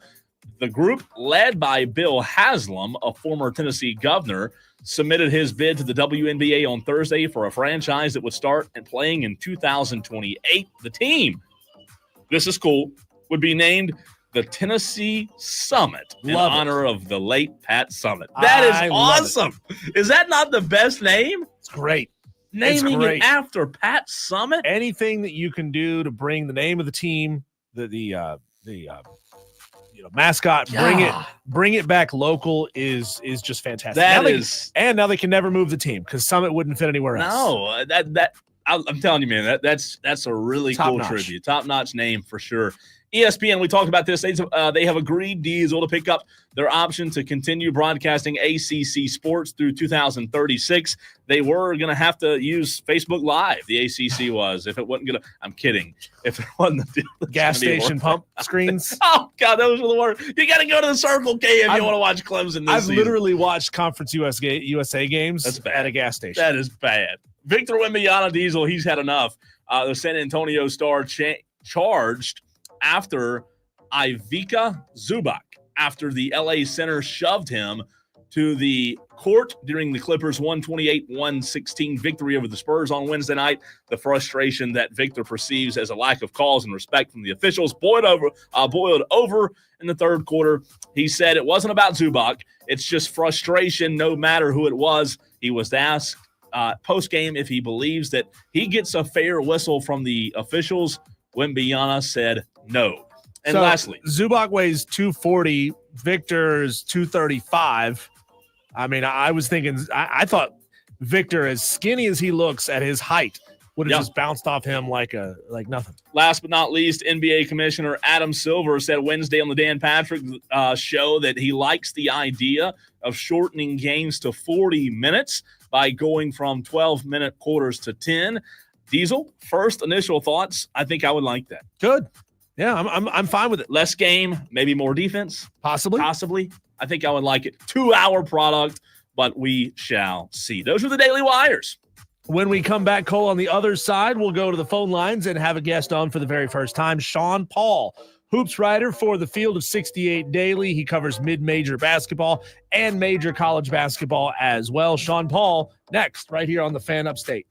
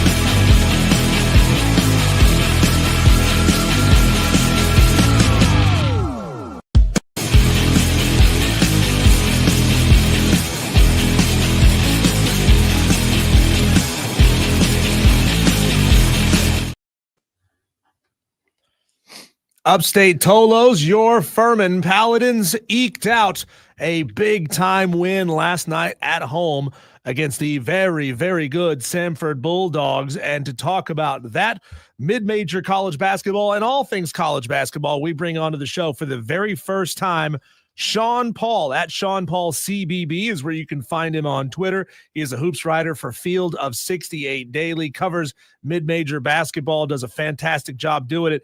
Sean, welcome to the show for the very first time. And for a team like Furman that was expected to be a really good mid-major team this year, they've stumbled over the past, 2 weeks or so. How huge is getting a big win like that against Samford for them? And conversely, how huge is it for Samford to drop that game?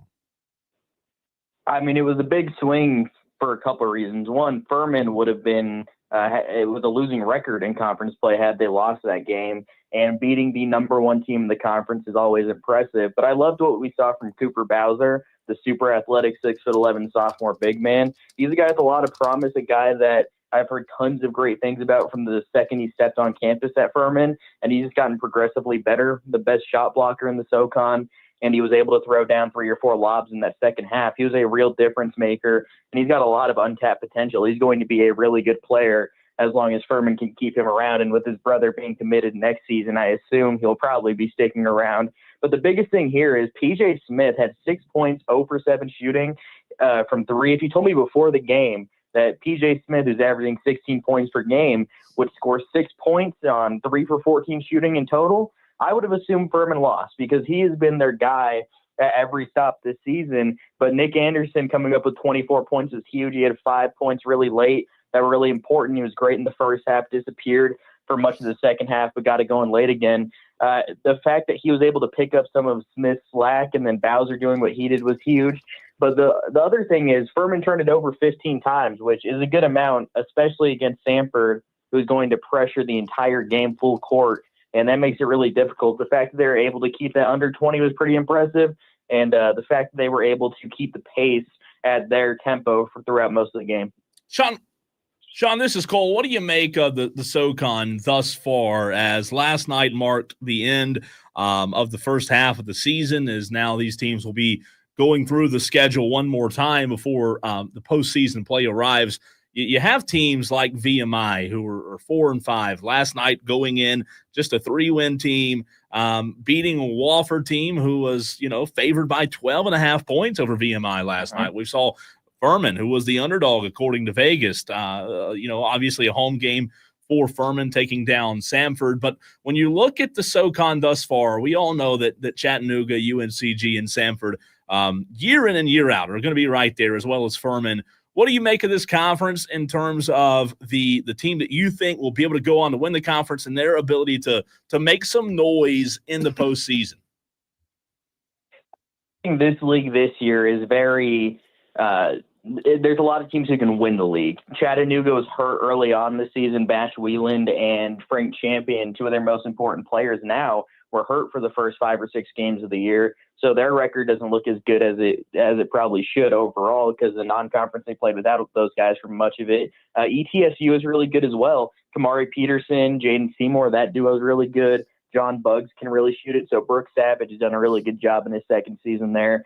They lost yesterday to UNCG, who's now tied with Samford atop the Southern Conference. And UNCG, they're another team. Mike Jones has done a really good job adding talent to that team. They lost some pieces from last year, but Kenyon Giles, who's a proven scorer at Radford, has really come along and developed into one of the better players in the Southern Conference. And then Donovan Atwell, he's been around for a while. Ronald Polite, he came from George Mason. So that trio has been really good, and that team can shoot it really well from 3.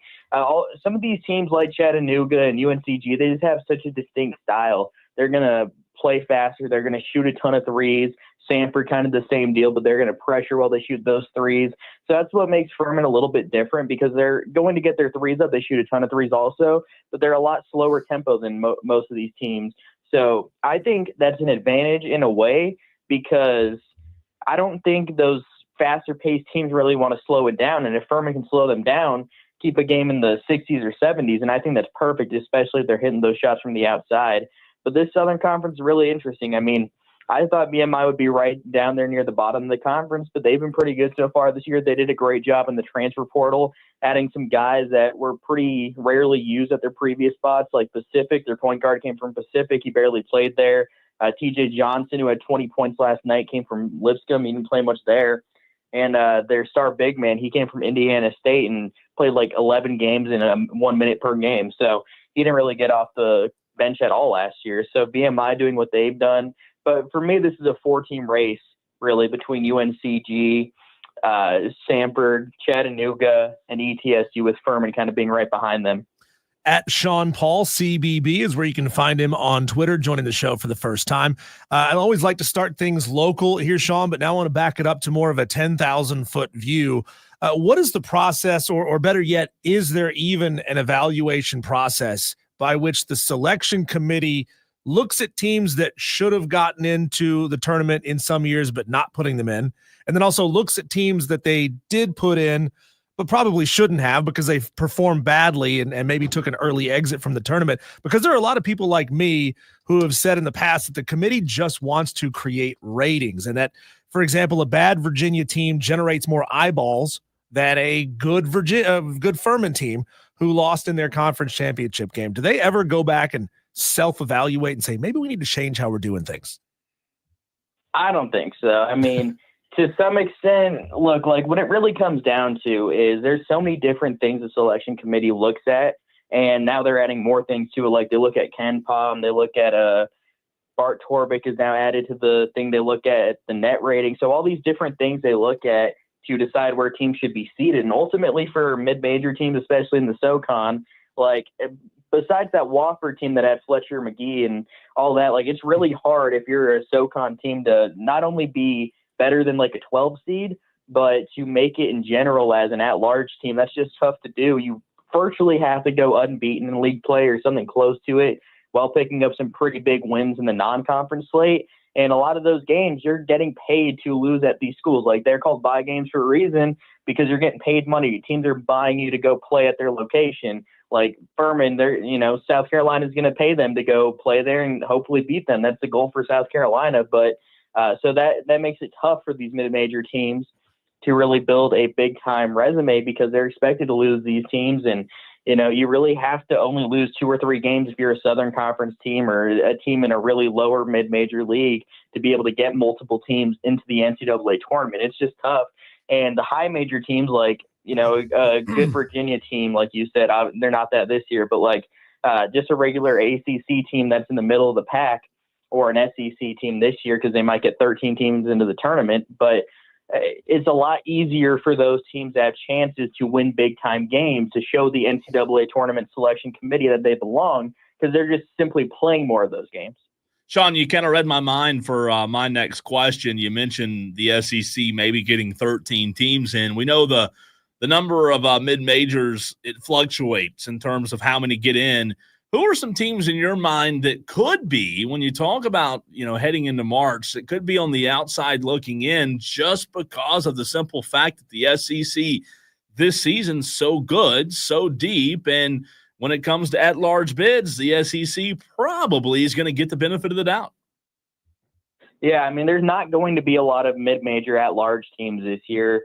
I would probably put the number, if you're telling me to, like, place a line on it, I would probably put it at, like, if you told me the line was, I don't know, over under half a team, I would say probably under. Like, I don't think we're going to get a single multi-bid league, barring like the Mountain West and A10, who might be a one-bid league anyways, not counting those ones, like the traditional one-bid leagues starting in like the Missouri Valley. That's really the only league that I think has a path to getting multiple teams in. One of the teams that has that path is Bradley, and they lost last night to a solid UIC team, but that's one that will sting on the resume a little bit.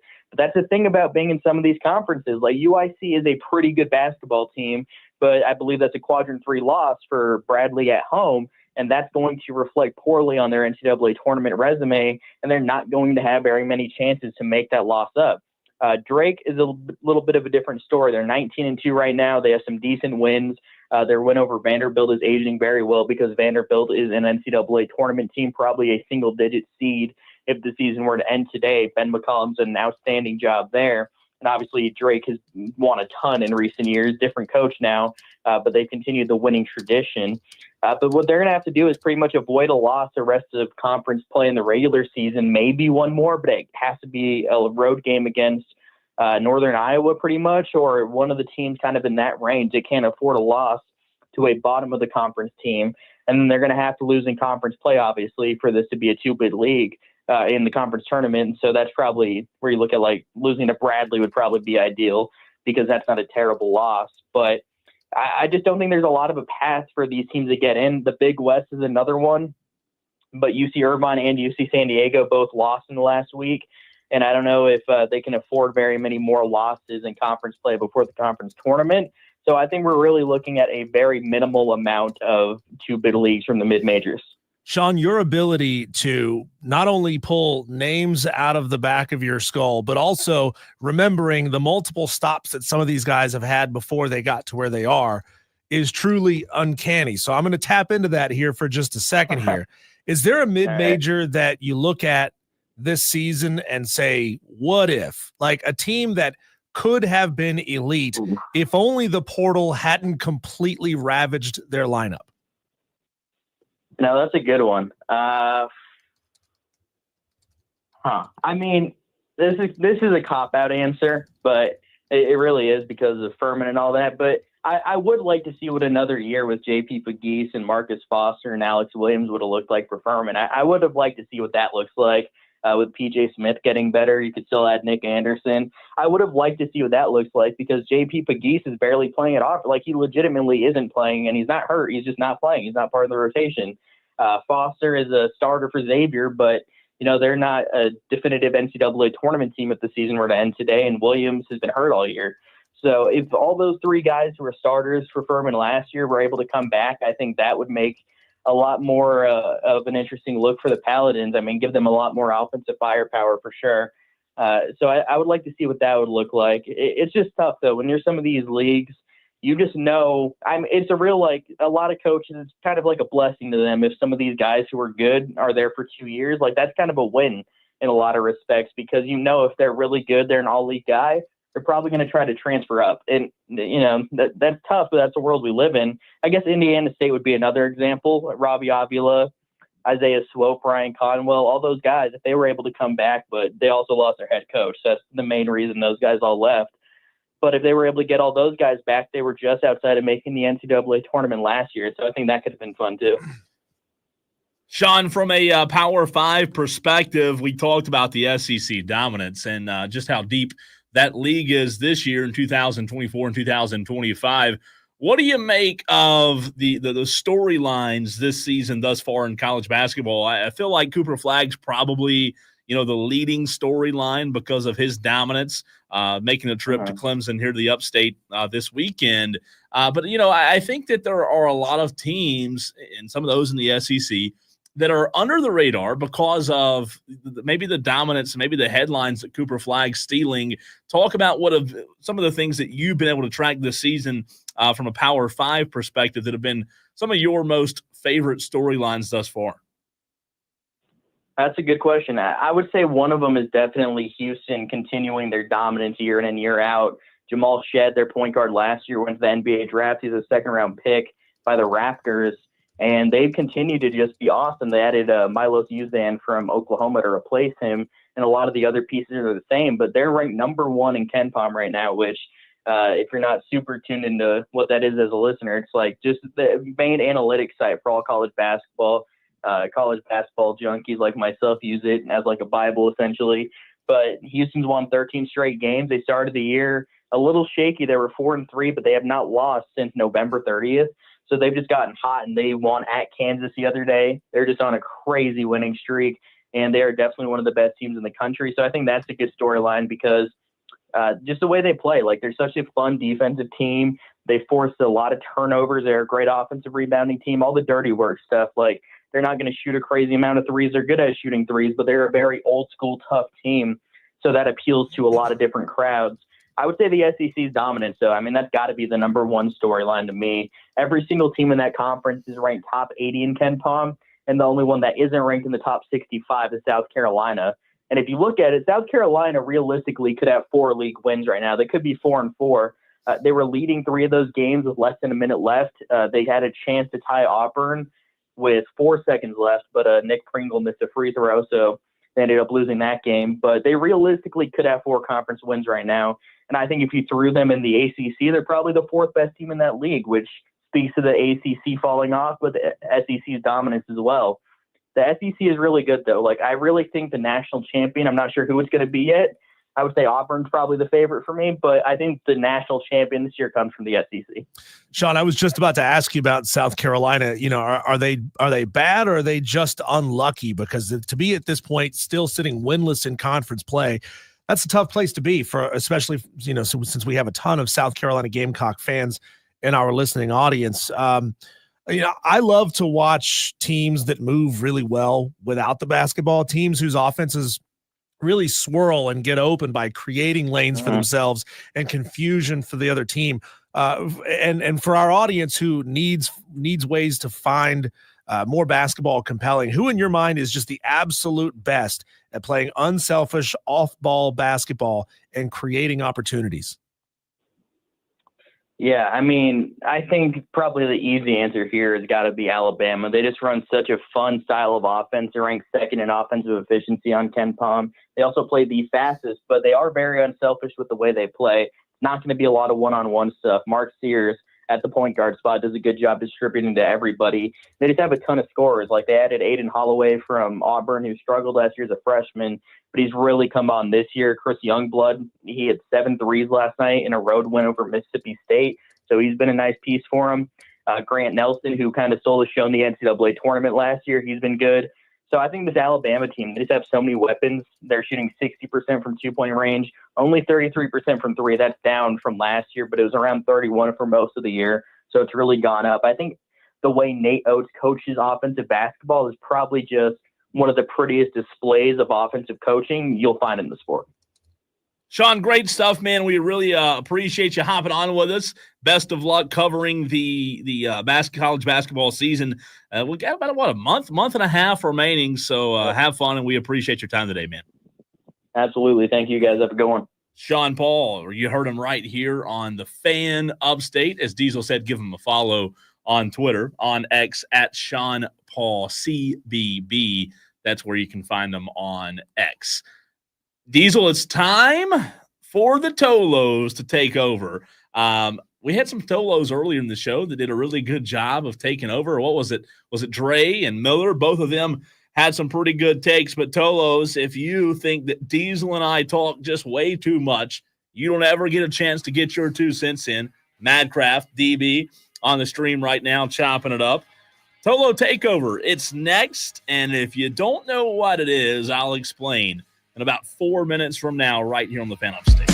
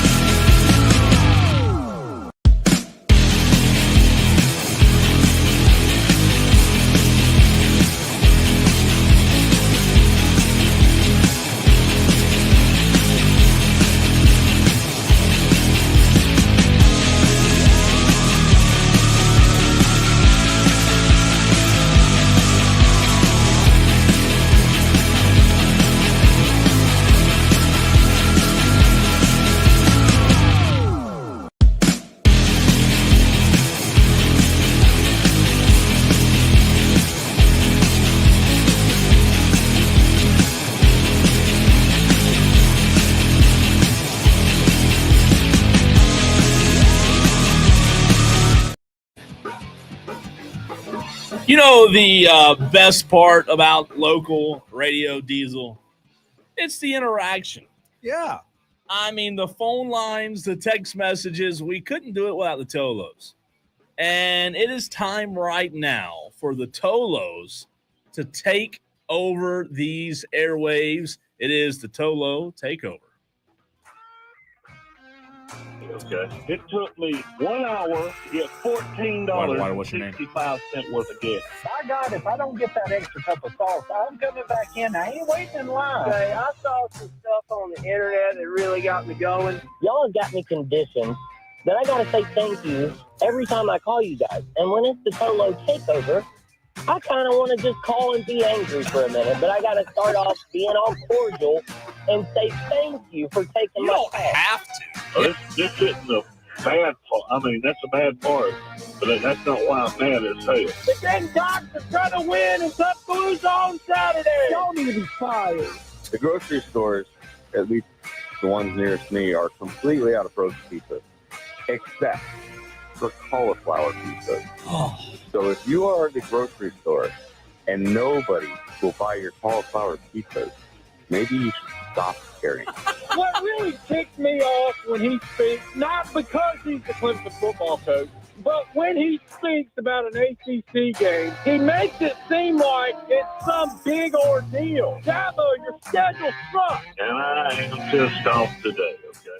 Diesel, we have been told that this segment has produced the best segment at times in local sports radio history. We've had some pretty good calls. Well, I just want JD to know that he does have to thank us for taking his call. JD, if you heard that, you better, number one, get on the phone lines. Number two, you better thank us. Thank Diesel for taking your phone call. It's the Tolo Takeover. If you're new to the show, it is an opportunity. It's a segment dedicated to you for you to sound off whatever it's about, good, bad, frustration, something you're excited about. Guess what? It's your opportunity to take over these airwaves, man. You can take over, and we will let you go about whatever you want to talk about as long as it's FCC friendly. It does help to be FCC friendly. Well, we have a dump button. We do for Shane Barrett. We just got to make sure, Cole, you can turn around and hit that button without pulling a muscle, because if that's the case, you can maybe get to it once. Are your headphones long enough, the cable long enough to reach all the way there to be able to reach the button? Yeah, I have to move the chair though. Okay. See? I was just wondering if you let's just say that Dan B, who's on hold, let's say he drops an F-bomb and your eyes light up. You got to spin around and reach to hit that button. Yeah. Like, you're not going to accidentally clothesline yourself. No, I don't think so. Or choke myself or Yeah. a Dewey bomb. I would hope not. A Dewey bomb. You know what, Tolos, right now, call the show, 844-FAN-PHONE, 844-326-3663, whatever you want to take over these airwaves with. Now is your opportunity. If you've been just frustrated lately and want to get something off your chest, well, we give you the opportunity to do so right here on the Fan Upstate. We go to Dewey first, who called in during the commercial break, first in line. Some may call it the Daily Dewey, but now, Dewey, it's time to take over. What's on your mind? Yes, I want to talk about something. I mentioned this on the show a couple of times, but I'm going to go a little further. I want to talk about the Braves and the lack of off-season. They let Max Fried just walk. They didn't try to pay him. They got absolutely no one during the off season. Did nothing during the winter meetings, and they're still going to sit there and call themselves a good team. And then all of a sudden they get this Jerickson Profar guy who had a career year. We all know people who have career years suck the very next year. Orlando Arcia is prime example, and it's a travesty. And I don't know if y'all realize this or not. Who do they play opening weekend? The Padres. First 4 games, and they're going to go 0-4. 0-4. Oh, wait, they got the Dodgers next. So you're looking at 0-7. An 0-7 start because they did not do nothing during the offseason while the Mets and the Phillies and the Dodgers, who keep getting rich and have Shohei Ohtani, who breaks the law, and they paying him trillions of dollars, but the Braves don't want to pay them nothing, and they're wondering why they can't win a World Series, and they can't, and they keep getting injured. Because I'll tell you something, the team is about to do a hard reset, and Brian Spicker needs to be fired along with the rest of the team. Oh, he's on a roll. Is that the Dewey bomb? Dewey, 163 games. What will the Atlanta Braves record be in 2025? I said 70 games yesterday or the other day, but realistically, they're going to probably still play 500 ball, but it's just ridiculous. They can't get good. They got good players. They can't treat their good players right because obviously they're walking because they don't want to pay them. They lost Freddie Freeman, Dan Swanson, Max Fried, which he pooped the bed in the playoffs last year. So that's debatable whether he's still good or not. and just several others. They're Acuna's underpaid. He's figuring out he's going to demand a trade eventually. And the rest of them they're going to realize they're underpaid too because the Braves don't want to pony up and get good players. Thanks, Dewey. They're good players. Thank you, Dewey. That was one of Dewey's best, man. So to Dewey's point here, okay, if we're going to take Dewey's assessment as something that's probably going to come true, why should we talk about these Atlanta Braves? If they have no good players, they won't pay any good players. They're going to suck. They're probably going to start 0-7, and it's probably not going to change in the future. No, I beg the question for the Tolos who say, God, I wish you guys would talk more Braves. If the only conversation about the Braves is always, God, this Braves team sucks, is it really compelling and worthwhile for us to talk about the Braves? I think so, because there's so many Braves fans in the upstate. I mean, there's so many Braves. So these Braves fans want us to tell them over and over and over again that this team sucks and there's no hope? Yeah, I think so. I think so. There's nothing else to talk about. You got to talk about the Braves. DB wants to get in on the Tolo takeover. DB, it's your opportunity to take over. What's up, DB? How are you guys doing? Good, man. No, so yeah, obviously, tragic event occurred last night in the DC area. Yeah. It's in my wheelhouse, of course. But what I'd like to complain about is, watching whoever it was, Fox News or whoever it was, could have been CNN at the time. The guy was talking to a correspondent who was supposed to land, and then they had to be diverted to BWI. And so he's talking to this female after she landed, and one of the questions he asked her was, so when you got off the plane, what were the other passengers doing? Were they on their phones? Wait, what? He asked that? No. Yeah, he asked the other correspondent what the passengers on her airplane were doing once they landed. He asked, were any of them on their phone? Oh. No, sir.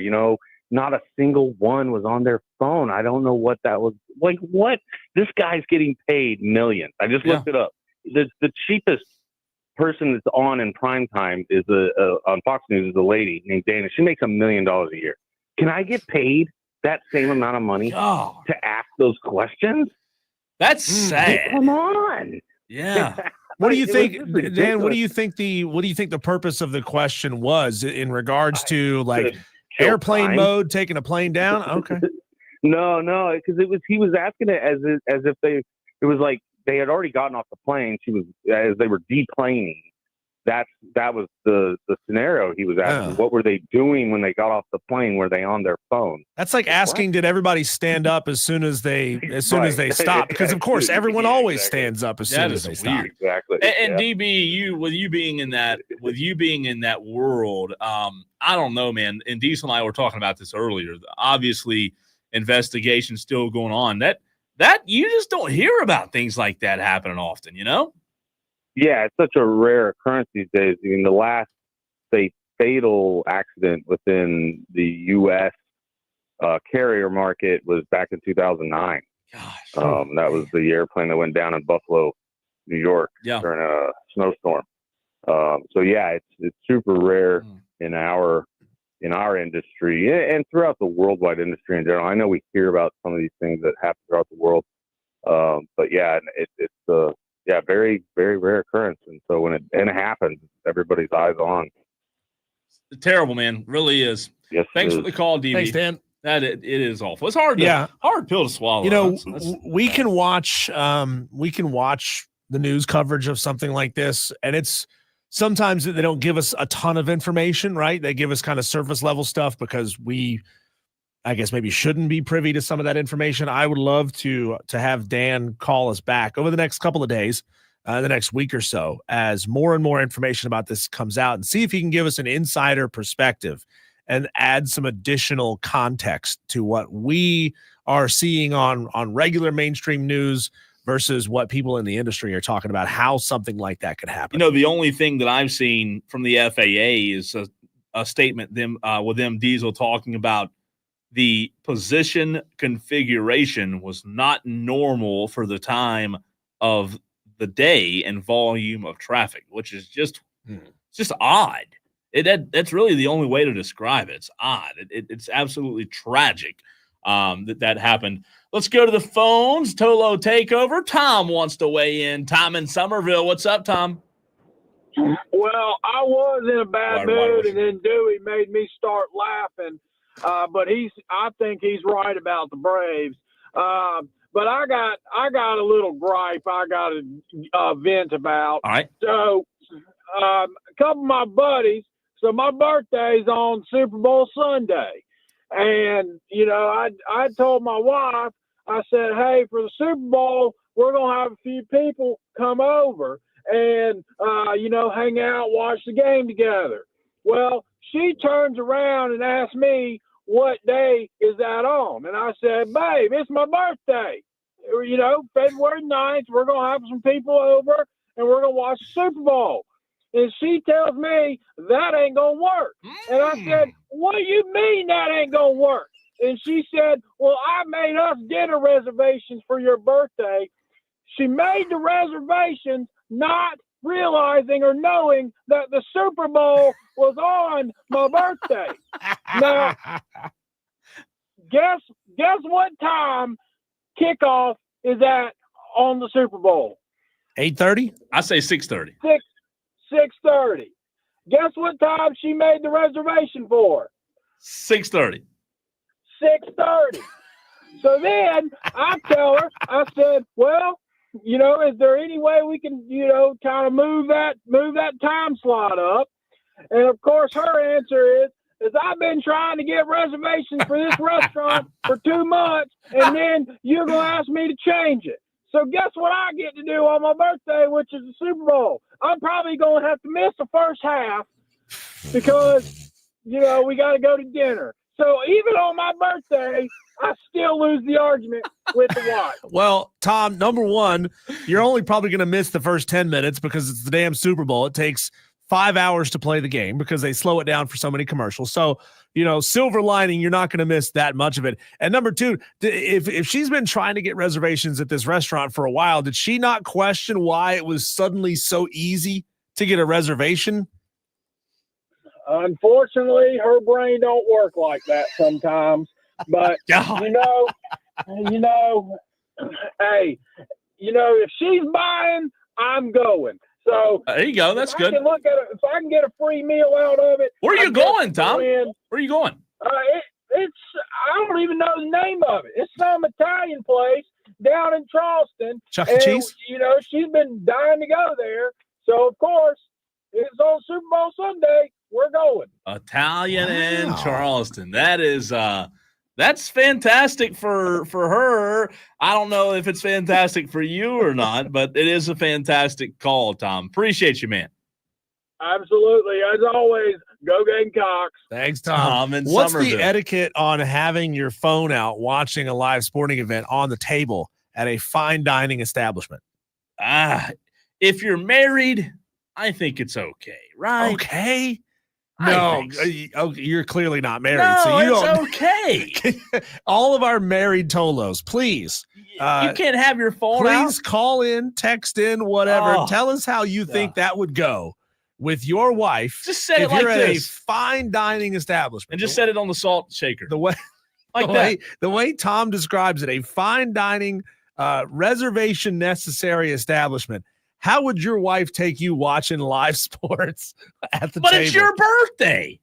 You should do what you want. It's You your think birthday. that means you get to do whatever you want on your birthday? It should. Wives and girlfriends do not care about that. That's a them problem. One more. We've got time for one more on the Tolo Takeover. Mad Craft, mad about everything. Mad Therapy. Mad really doesn't know what his name is, but he is live on air for the Tolo Takeover. Mad Craft. Hey, listen. All Tom needs to do is listen. Let me go here first. Okay. To Diesel's comment about the Braves, if the Braves, all the comments are the Braves are crappy all the time, then why should we talk about them? Well, why do we talk about the Panthers? Because it's football and people care. Anyway, people care about baseball. But anyways, I'll move on. Now, my next question is, do y'all reckon that there is a perk for being the hamburger mascot for the Spartan Burgers? A perk? Well, Like, you can get free as burgers? fat as you want in the costume and nobody will know it. True. I got free jerseys and stuff. I'd maybe say a free jersey. Are you? Is this happening? Are you the burger? No. Oh, I thought you were going to be the spatula flip. I'm skinny enough. You are. And I don't know if there's perks or not, but I was confused earlier, Madcraft, with you said you told DB and I that Peyton Manning rushed for more yards in the Super Bowl than he had all season. Then you were backtracking. What are you day drinking on? I never backtracked, but I did look it up, and I will say that you were wrong. It's because it's in college. In college, they count sacks as negative rushing yards. Okay. In the NFL, they don't. They count it against passing yards, believe it or not. Which I think no. What? What'd you just say? I look it up. They count sacks against your passing yards? I'm just telling you what I look up earlier. What do you use? Hey, look.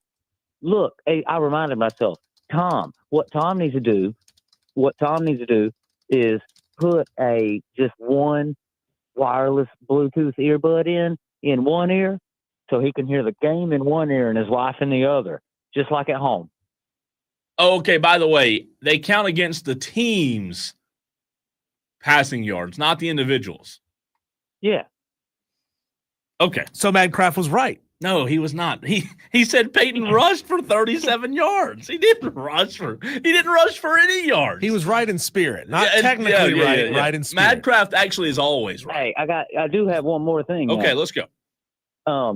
It's kind of a little short game. Listen, we need to figure out what would be the best dog for Madcraft. Oh God, Madcraft needs a dog. Yeah, what would the best dog be? Well, they say after a while, Madcraft, that people start to look like their dogs. And you and I have met. You've met Cole before, right? Is that correct? Y'all have met before. Okay, so we know that we Madcraft is blessed with being nice and thin. He's blonde haired. He's got a little bit of a goatee, a little bit of a mustache going on. What dog breed do you think looks like that? Chihuahua. Chihuahua's a good one. No, you need a lab. Pomeranian. Are you dog? He's a golden. Are you dog searching He's right now? By the way, hey, guy. what's that Egyptian looking dog? Oh my God, Anubis. Egyptian looking dog. Anubis. Yeah, the one that's got the little goatee. Anyways, hey, look, but the whole reason why I wanted one is because I wanted a buddy so I can take up to the Cherokee when I go up to go camping. You're a golden retriever kind of guy. I feel like. Yeah, I can deal with that. So I do a golden retriever, and then I want to take him up to Cherokee to the casino, and then I figured I want to give him an Indian name. So I was thinking maybe going like Diogi. What? Oh God! Don't Matt make Kraft, that. You're Matt not going Kraft. to get us with that joke. One second. Rick and Greer, Matt Kraft. 1 second. Rick and Greer, can you help Matt Kraft on this? He's unhelpable. I love Matt Kraft. He is a great guy, but he's always mixed up. So I can't help the Matt Kraft. No help on the dog. Go ahead, Matt Kraft. What was I mixed up about? You mixed up about everything. About Miami, about... Well, now you got to give me some examples. Now you can't just come bringing out some stray wires like that. Come on now. There you go again, stray wires. What's that got to do with what we've been talking about?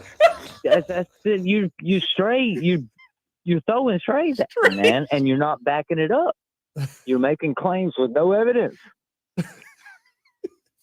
False information on public radio. Rick, All right, Rick, we have time for one more response from Rick, and then we got to run to a break. all right. We're going to let Mad Kraft go. Rick, you got the floor. Okay. I thought I'd get back at them two women that beat me at golf the other day, so I took my son today. Ah. I said, I'm gonna take a ringer in. He's really good. He's a scratch golfer. We got out to playing. He spent more time in the sand than David Hasselhoff when he was making what's that program he used to be on? Boob Watch. Yeah. He was awful. We got beat by 12 strokes. I can't shoot. I can't shoot better than I shot today, okay? What'd you shoot, Rick? I was 29 over par. So all of a sudden, Rick's turning into Cam Newton, where he says he did his job. That's right. And he was an MVP caliber golfer today, but it's everybody else's fault for not jumping on the ball. My little Blakey, which is my son, Blake, he was 17 over par. He hadn't shot that. He's 31 years old. He hadn't shot that since he was 12. Wait, so you shot 29 over, and you're trash talking somebody who beat you by 12 strokes. And you call your 31-year-old little Blakey? Yeah, I call him little Blakey. I hope you're making enough money at your ice cream shop to pay for therapy, because he's going to need it. I'm going to start calling Rick Little Rick. I call him Little Blakey because he's 6'5", 286. Oh, okay. Okay. Yeah, kind of like the whole tiny thing. You don't call tiny. You don't call. Yeah, I got you. Yeah, but we got beat bad. Will one of y'all play with me next time? Diesel will. Yeah, I'll sign him up. Play with me. I'll do it as long as you don't say it like that, Rick.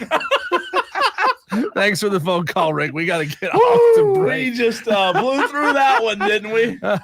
When we come back, Cole, we're not gonna. There is no coming back. There's another break. There is no coming back from that. You and I didn't get to do our Tolo takeover, so if there's time, we'll squeeze that in next.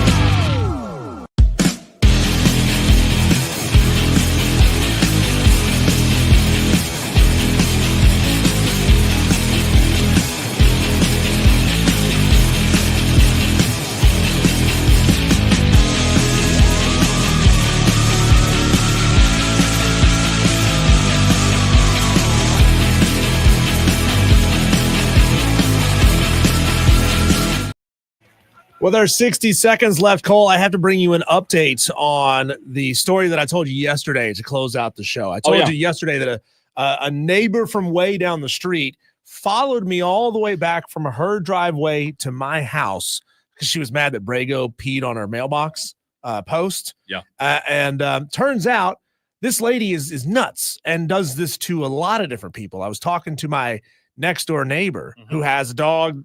She ran out and yelled at this guy just for sniffing her mailbox post.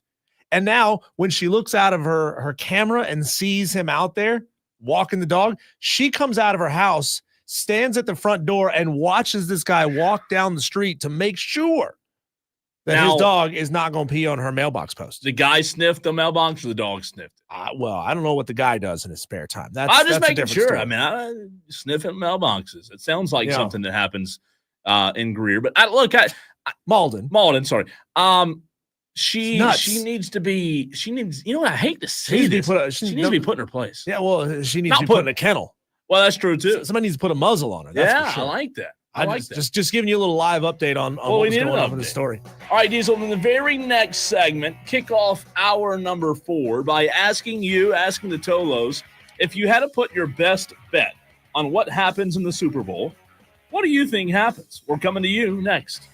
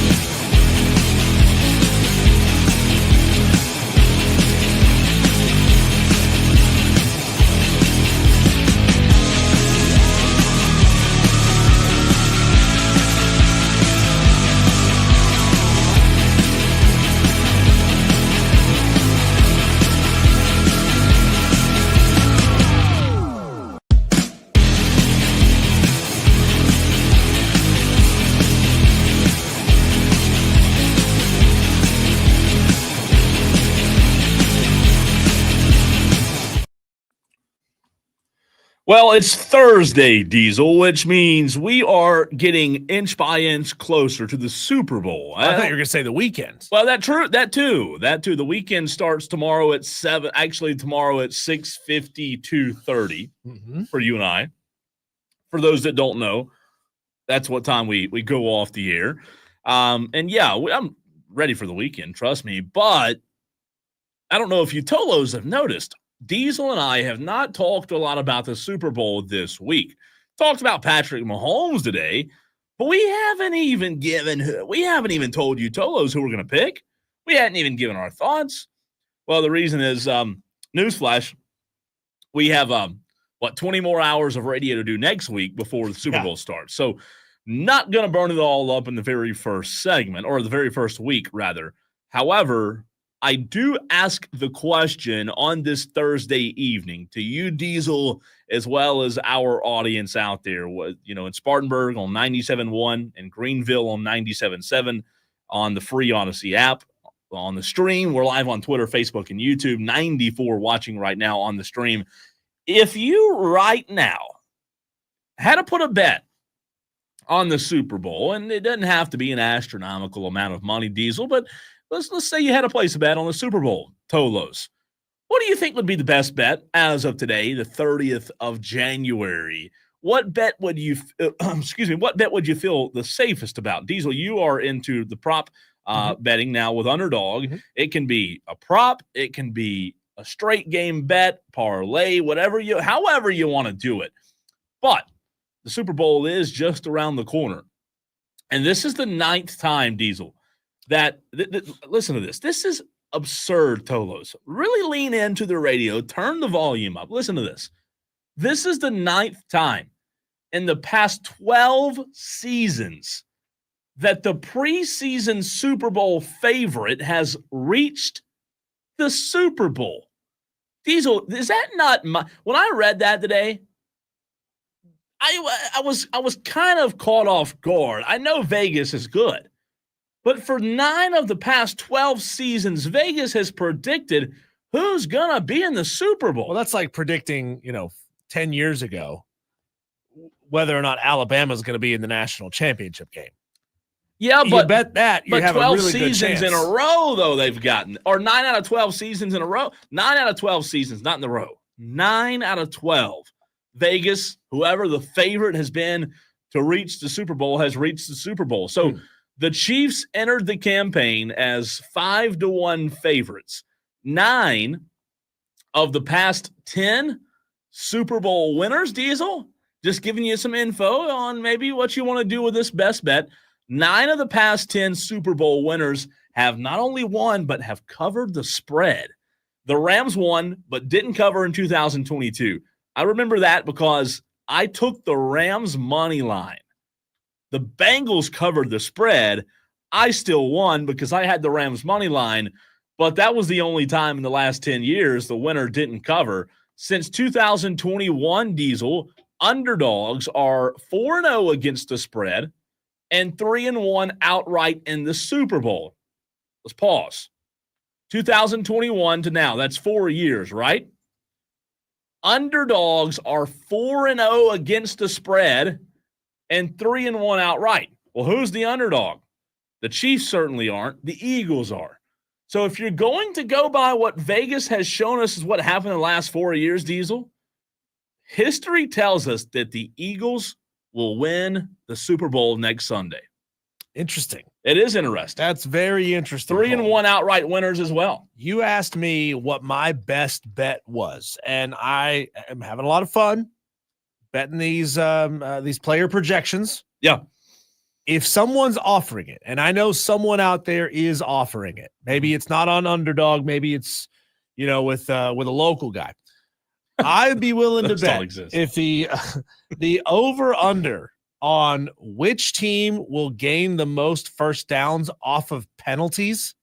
Ooh, I'm going KC. I don't know if you can bet that or not. You should be able to. First downs off of penalties. So, for example, penalty that gives you a first down. Yeah, penalty that gives you the first down. Whether it's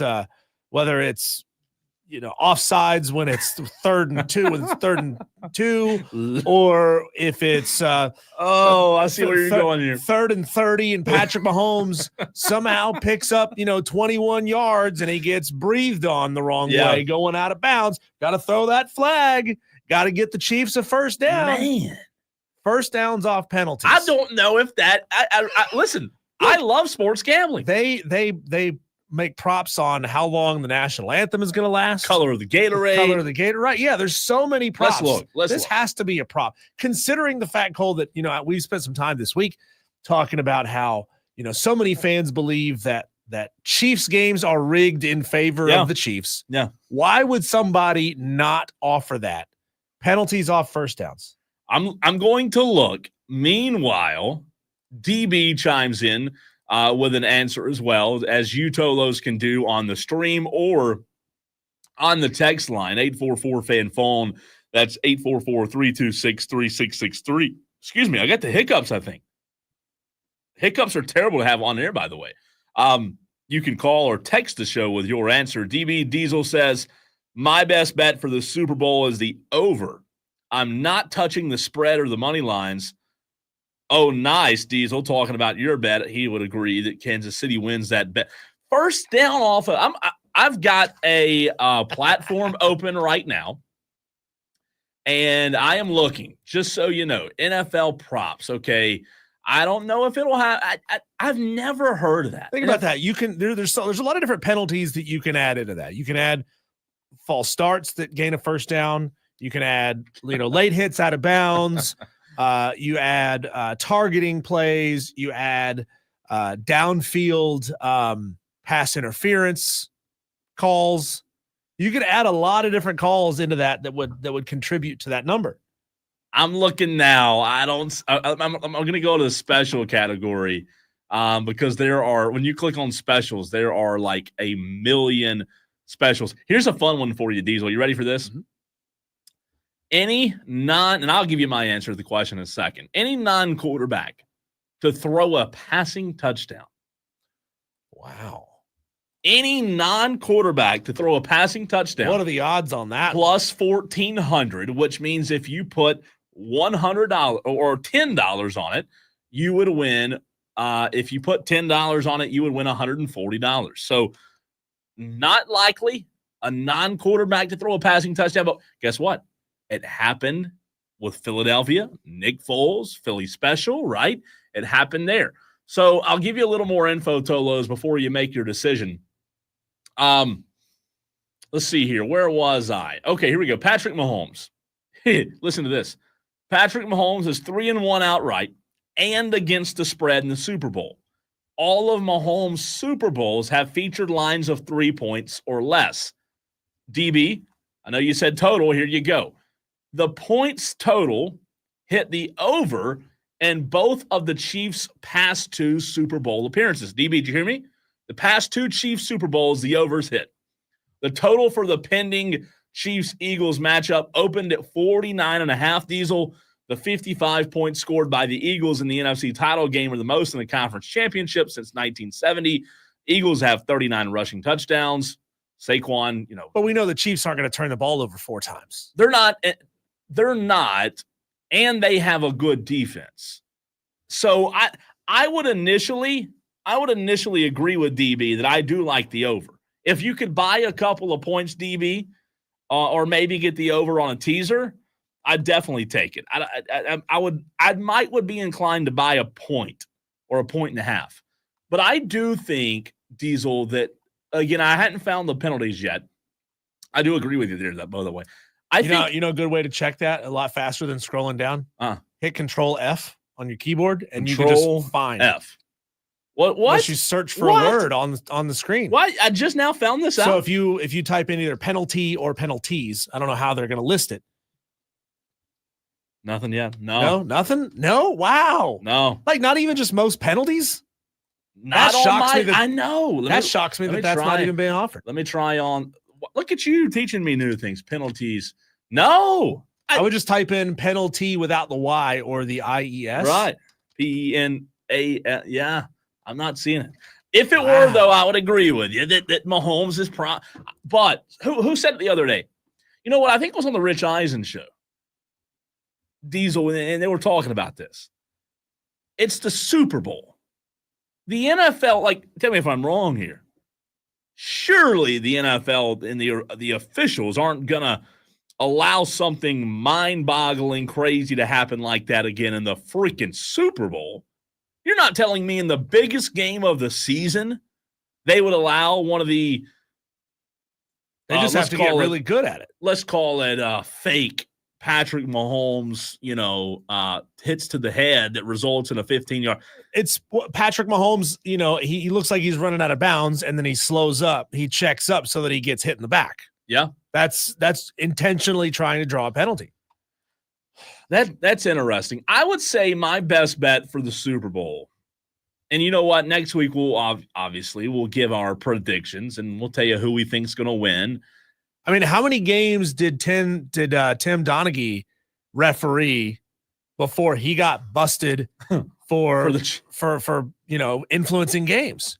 Right? How many games can these NFL crews work before people really start to expect it or to suspect it, not expect? Suspect. No, yeah, I agree. How about this? What about this one? You like the props? How about Saquon Barkley over under carries?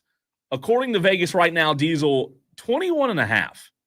Total carries for Saquon Barkley, over, under 21.5. Tolos, what about that one? DB, Madcraft in the stream. I see y'all bouncing back.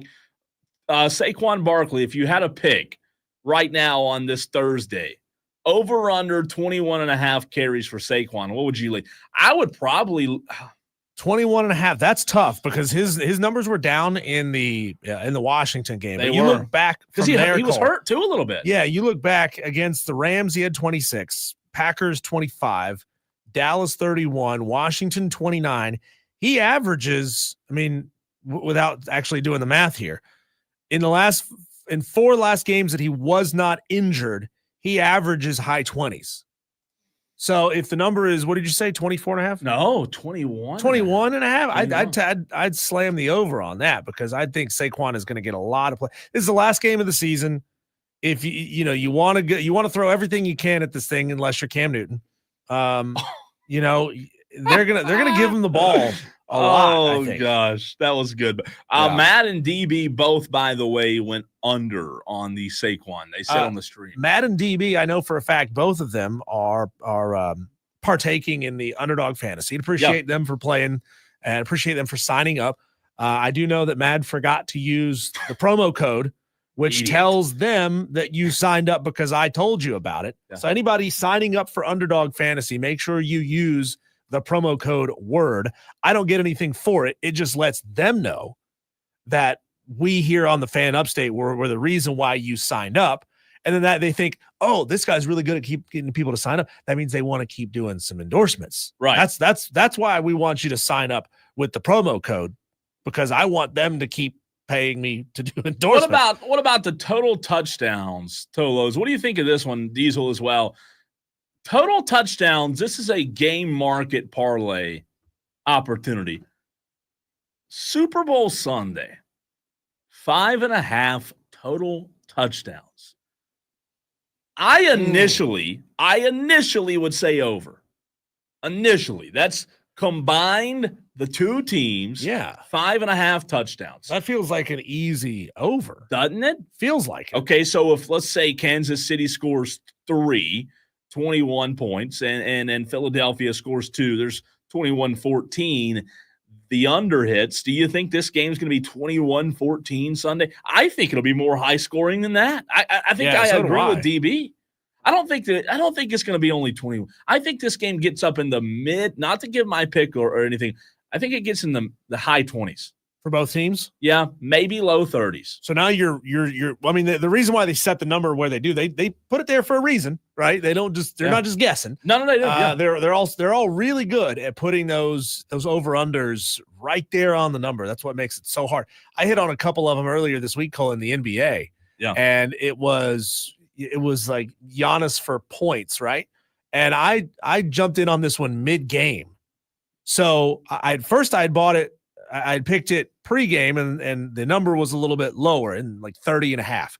And then by the middle of the second quarter, Giannis was going off. So I was like, let me bet it again, because I think he's still going to hit it. It was up to like 37.5, and Giannis scored 38 points in that game. DB, I don't know how they knew it. They just know. Listen, they 100% know. It's called having a lot of analytics and a lot of very smart people. They know. DB says, yeah, over 5.5 total touchdowns. That's a gimme. It sounds like it. Matt Kraft said, maybe they're you would thinking a lot of field goals, and maybe it would be in a Super Bowl. Cole, I want your instant analysis on a pack that I've picked with Underdog Fantasy. They have a pack for the big game called Red Zone Monsters. Mm-hmm. And this one is very simple. Yeah. It's over half a touchdown for Jalen Hurts, Saquon Barkley, and Kareem Hunt each. So they would each need to score a touchdown for this thing to hit. Rushing. Oh, rushing. Or I don't think it has to be just rushing. I think it can be just touchdowns in the red zone. If it were just rushing, I would say the Hurts scares me. Here it is. For Hurts, it's rushing and receiving, which he's not going to catch a touchdown pass. So it's just rushing touchdowns for Jalen. That would be the only one that concerns me. Saquon is rushing and receiving. Kareem Hunt's rushing and receiving. So they can catch the ball or run the ball. Hunt and Barkley, I say feels easy. Yeah, Hurts. The brotherly shove, they're gonna try to maybe they could if they get on the one. Yeah, I mean if they get on the one, the tush push brotherly maybe. I think Dallas Goedert's going to be a big factor in the red zone, man. I don't know. Let's see what Dallas Goedert's receiving touchdowns. Diesel. I don't know if you guys look. I'm not saying he's Travis Kelce, but I do think I'm looking for it now. I think Dallas Goedert, whatever his over-under is at, I think that would be a really interesting look on Sunday, because a tight end, safety valve kind of guy in the red zone for Jalen Hurts. I would, I really would. I'd be high on that one. I'd be really high on Dallas Goedert, but Jalen Hurts rushing rather. He didn't, I lost money on him rushing last game. I had him in the over. Well, Frank, our listener, Tolo Frank, hit on the Dallas Goedert pick in our mega pick. Oh, did he? Yeah, you, him, and Madcraft are the only 3 that hit out of 8. That's statistically pretty hard to do. It is, yeah. To get 5 of them wrong with 8 semi-intelligent people. It really is. No, it is. I think it's going to be a lot interesting. I think a lot of these props are going to be interesting because, even though you and I think, okay, well, this should happen, that should happen, for whatever reason, Super Bowl it seems to slow down a little bit. They take a lot. They take an extra week off to prep for the Super Bowl. The game, it's hard to get into a flow because they're constantly stopping for long, extended commercial breaks. It sort of just changes things just enough. It just feels slower. Right. It feels like long half times, extra long half times. I think it's, and you know what? I hate to say this. I think that kind of game favors the Chiefs. I do. They're just so good in those methodical, situations where it's a situational type. I don't know. Here's one more for you. This one's a fun one. I love playing this one. It's hard, but I'm going to throw it out there for you, Diesel. Ready? Super Bowl first touchdown scorer. First touchdown scorer. So you got Saquon. By team or player? Player. Okay. Saquon, Kelce, Worthy, Pacheco, Dallas Goedert, Devontae Smith. Literally like the entire roster's on here. Jalen Hurts. The favorite right now to be the first touchdown scoring player in the Super Bowl. You want to take a guess who they think is going to score the first touchdown? I would guess Saquon. You'd be right. Okay. Plus 400. Which is still, think about this. If you say you win 40? Yeah, if you bet $10, you win $40. So plus 400 is pretty good. And again, if you go Travis Kelce, he's plus 75 or 750. Jalen Hurts is plus 600. AJ Brown, I like that one. AJ Brown plus 1,100. Dallas Goedert plus 1,800. Diesel, if you put $10 on Dallas Goedert, you'll win 180. So I don't know. Again, we'll give our thoughts next week. We hadn't really given them yet. In terms of, do you know, teaser? Let's do a little teaser right now. Do you know in your head who you're picking? Who you right now? Don't say it, but do you know who you're picking? Oh yeah, yeah, without a question. See, I don't. I'm still going back and forth. I can't decide. Well, you're going to have some time to think about it because we're going to bring you back an interview that we had yesterday on the show. If you missed it, really fascinating conversation with the brand new manager of the Hub City Spartanburgers. Everybody's getting excited because the stadium is coming along. We're seeing some awesome photos posted out there on Facebook and on Twitter from the Hub City Spartanburgers accounts. We talk with Chad Comer, brand new manager of the team, next on the Fan Upstate.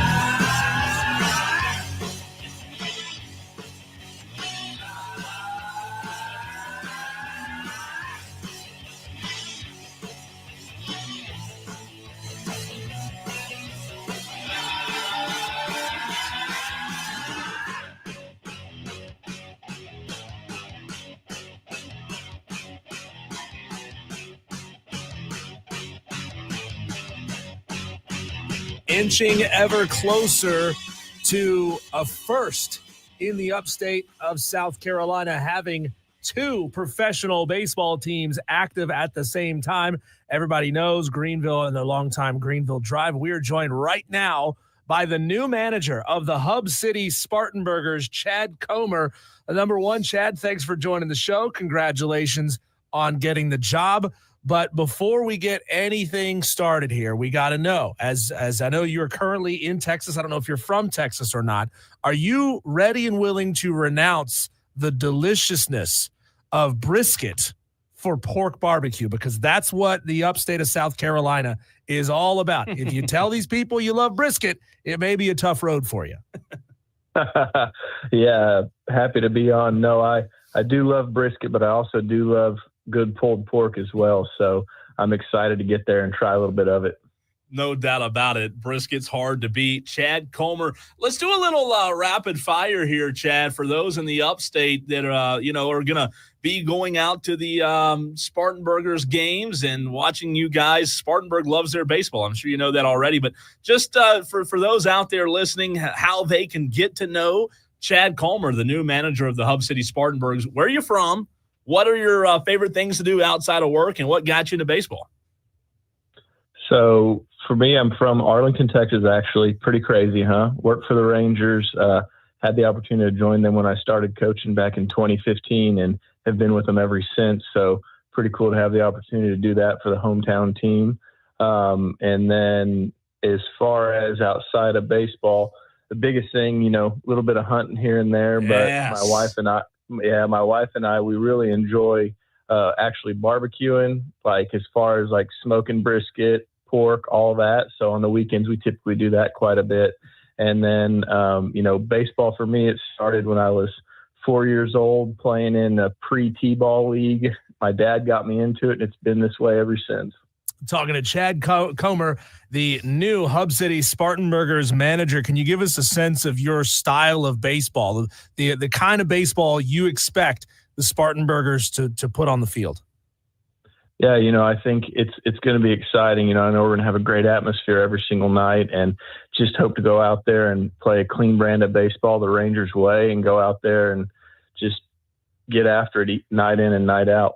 Chad, what Diesel, my co-host, and our audience don't know is this just turned into a hunting interview. Now that you've told me that, because you're talking to a avid hunter right here. I lived in the Colony, Texas, for about a year and a half. I don't know if you know exactly where that is or not, but obviously moving to South Carolina is a big difference from Texas, right? You have so many major sports in Texas, major professional teams, not so much here.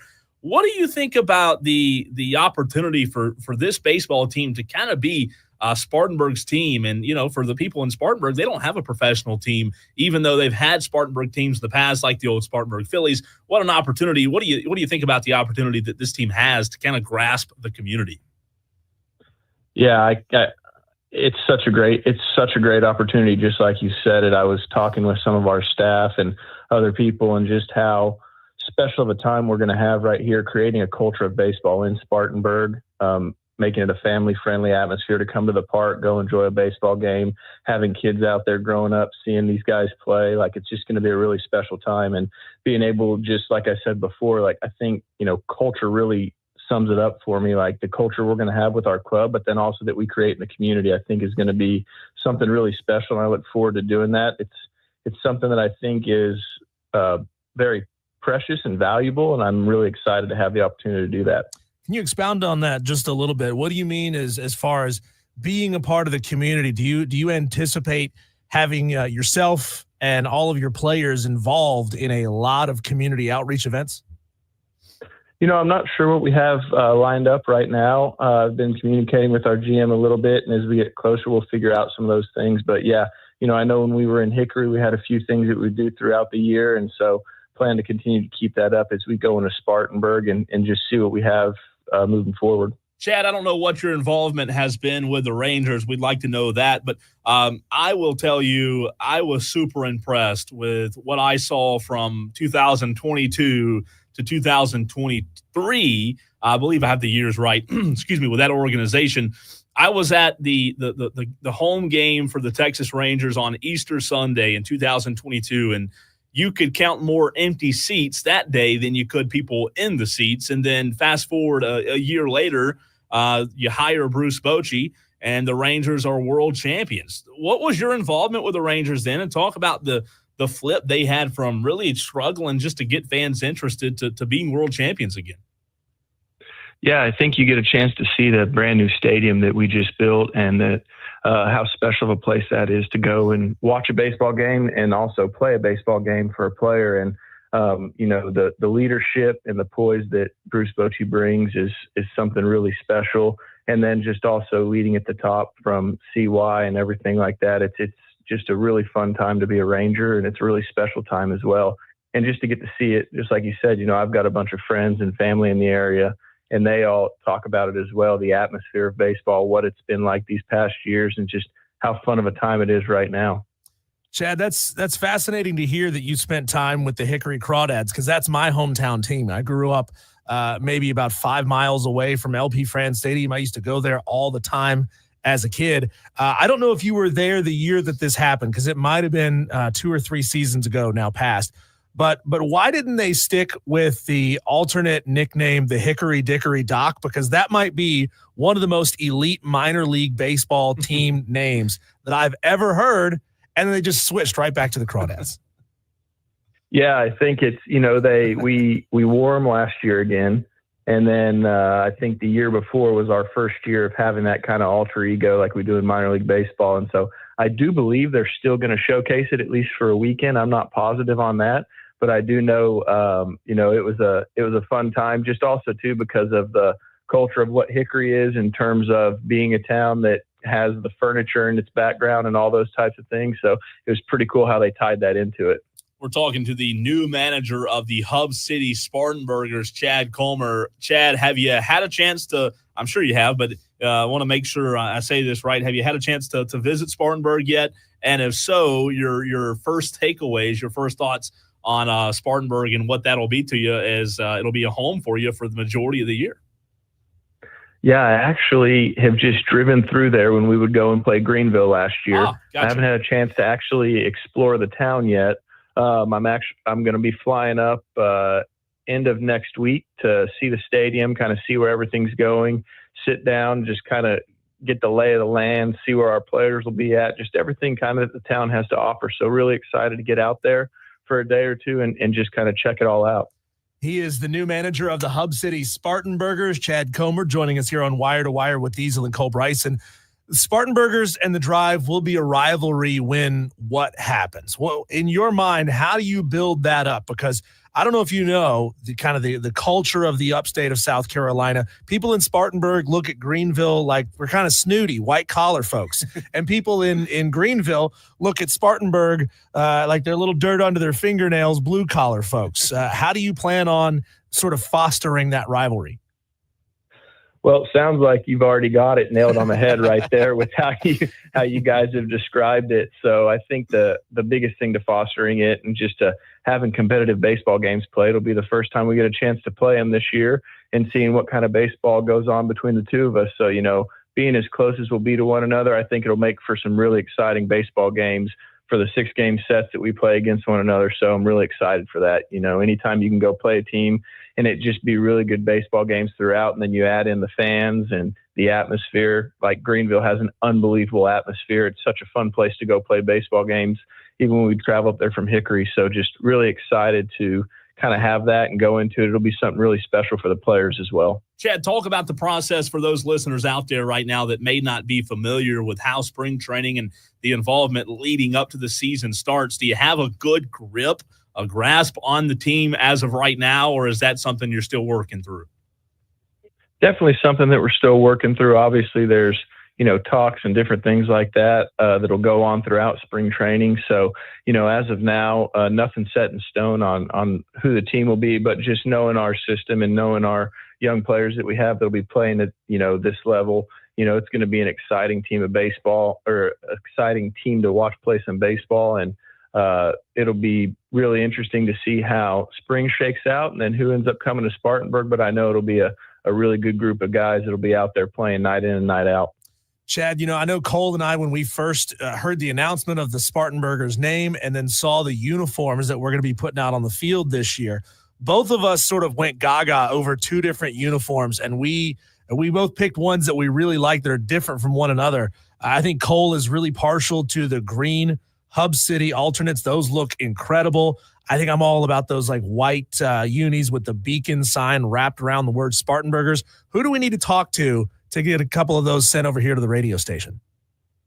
I think whenever I head there this week, I can definitely talk to some people and see if we can get that taken care of for you guys, because I agree with you. I think they're a really cool color scheme. It's a cool layout.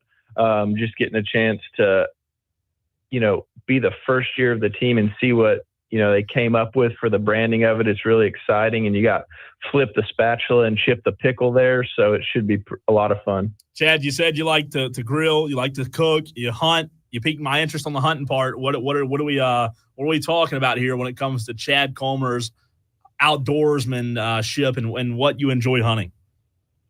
Yeah, my father-in-law, he's got a little lease up here in Alvord, Texas, and we'll go out there a few times a year, but it's pretty low-key for me, just a little bit of deer hunting and then sometimes a little duck hunting, but mainly just deer hunting here in the off-season. And, I had a chance a couple off seasons ago on a really fun duck hunt. So just different things like that, but keep it pretty low-key and just more to be in the outdoors and just enjoy the time. No doubt.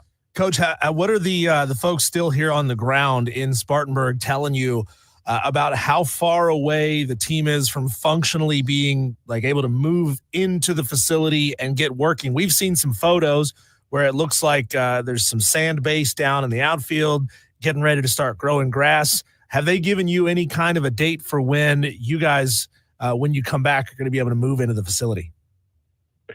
No, I haven't heard anything set in stone. I would think it'd be kind of around that, mid-March to late March area. Not positive on that, but, as from what I've heard, when we break camp and spring training at the end of March, everything will be ready to rock and roll, and we'll be able to check out our new home for the year. Coach, I have some bad news for you. Look, I know you're from Arlington. We don't have salt grass here, okay? Are you aware of that? Yeah, I am aware of that. In Hickory, we did have Texas Roadhouse and Outback, though, so that was nice to be able to go grab a dinner there once in a while. Well, we have those, but I know the salt grass out there in Texas, it's pretty good. I was a fan of it at least, but we appreciate you taking time to hop on with us. We have so much enjoyed it. Look forward to meeting you as well. And our Tolos, our audience, are so excited on the stream, we're talking about it right now with the excitement building around Spartanburgers baseball. We can't wait. We appreciate you hopping on with us. No, I appreciate it. Thanks for having me on, and really excited to get this year going and look forward to seeing everybody out the park.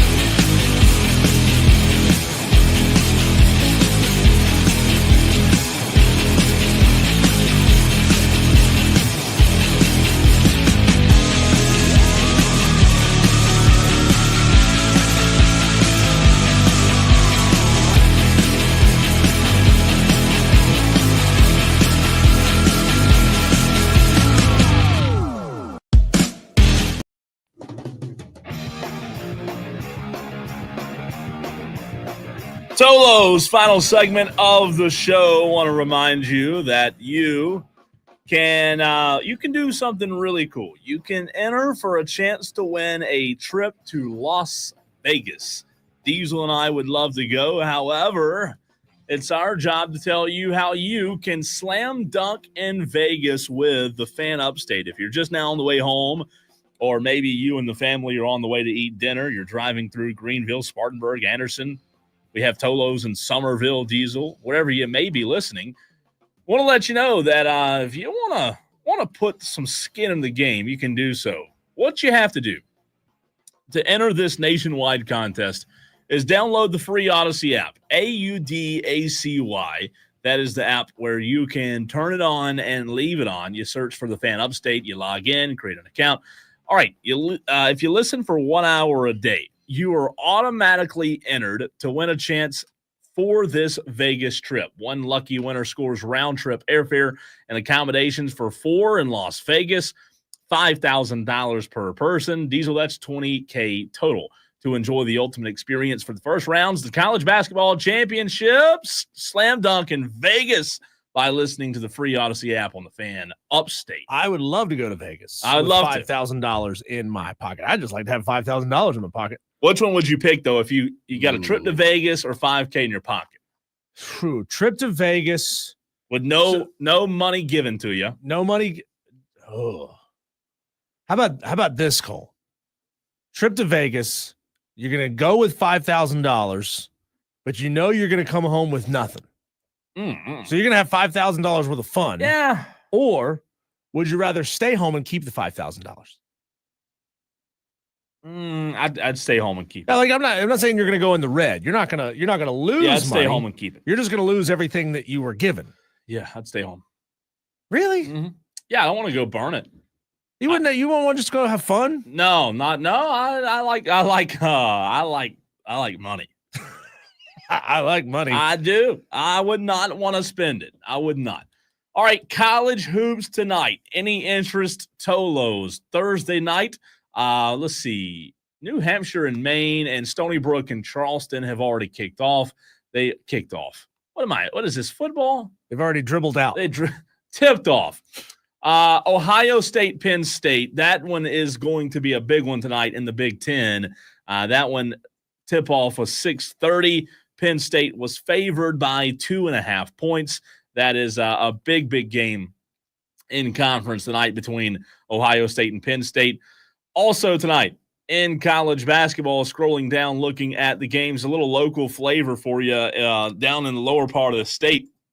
Coastal Carolina, they're on the road at JMU. JMU's 12-9 on the season. Is JMU just good at every sport? I mean, is there any sport JMU's not good at? Well, they spend a lot, and part of the reason for that is that JMU has extremely high student fees. So they are subsidizing their sports with student fees very, very heavily. Seems like they're good at every sport, though. Yeah, they're really good at football. They're pretty good at men's basketball. They're not elite, but they're certainly not bad. Let's see. James Madison 2024 college baseball record. That's what I want to know. Yeah, I have no idea. Also tonight, Liberty and Kennesaw State, Illinois and Nebraska, Big Ten matchup tonight at 8:30. Illinois favored by 4.5. They finished 36-25 last year for a .590 winning percentage. Not bad. 17-13 in conference, so they were plus 500. Not bad, but not bad. particularly good either. Not bad. No, not bad at all. I tell you what, a team that I have, if you are into sports gambling, a team that I have been very they did make a regional, by the way. They did. A team that I've been very intrigued by this season is Memphis. Memphis is 16-4, 6-1 in the American Conference. They're favored tonight, favored by 5.5 over Tulane. Now, listen, Tulane is also really good. This is a sneaky good game tonight. Memphis, Tulane, 9 o'clock on ESPN2 in New Orleans, Diesel. The American Conference is tough in basketball. Memphis is good. And I mean, 19th in the country right now. I have liked Memphis all season long. We'll see tonight. I would take them. I'd take them right now if I were going to play that game. I'd take them to win. But not a ton of big-time games. You do have Oregon, UCLA in the Big Ten tonight. Both teams 5-4. No, well, Oregon's 5-4. UCLA is 6-4 in the Big Ten. So that is tonight's slate of college basketball. Tulane's Fogelman Arena might be one of my favorite mid-major arenas in college basketball. Really? It's fantastic. I don't know what it is about it. It's all even all the way around. It's not built with like a huge section of stands on one side and on the other side. Yeah. A low ceiling, tight confines all the way around. I think it's a very, very well. And plus, there's plenty of windows. You can see out of the venue. Yeah. Really? Yeah. Right up there at the concourse level. It's not going to hold a candle to the brand new Timmons Arena, though, once that gets built and being ready to go. I think it's going to be a huge home court advantage for Furman next season. Wire to Wire with Diesel and Cole Bryson. We appreciate you, Tolos, turning it on and leaving it on the entire show. You can listen all the way up until midnight tonight. Listen for an hour on the free Odyssey app for your chance to win an awesome trip to Las Vegas to go see to go have a good time while the college basketball championships are going on. A slam dunk in Vegas. Wire to Wire with Diesel and Cole Bryson, Tolos. Bam.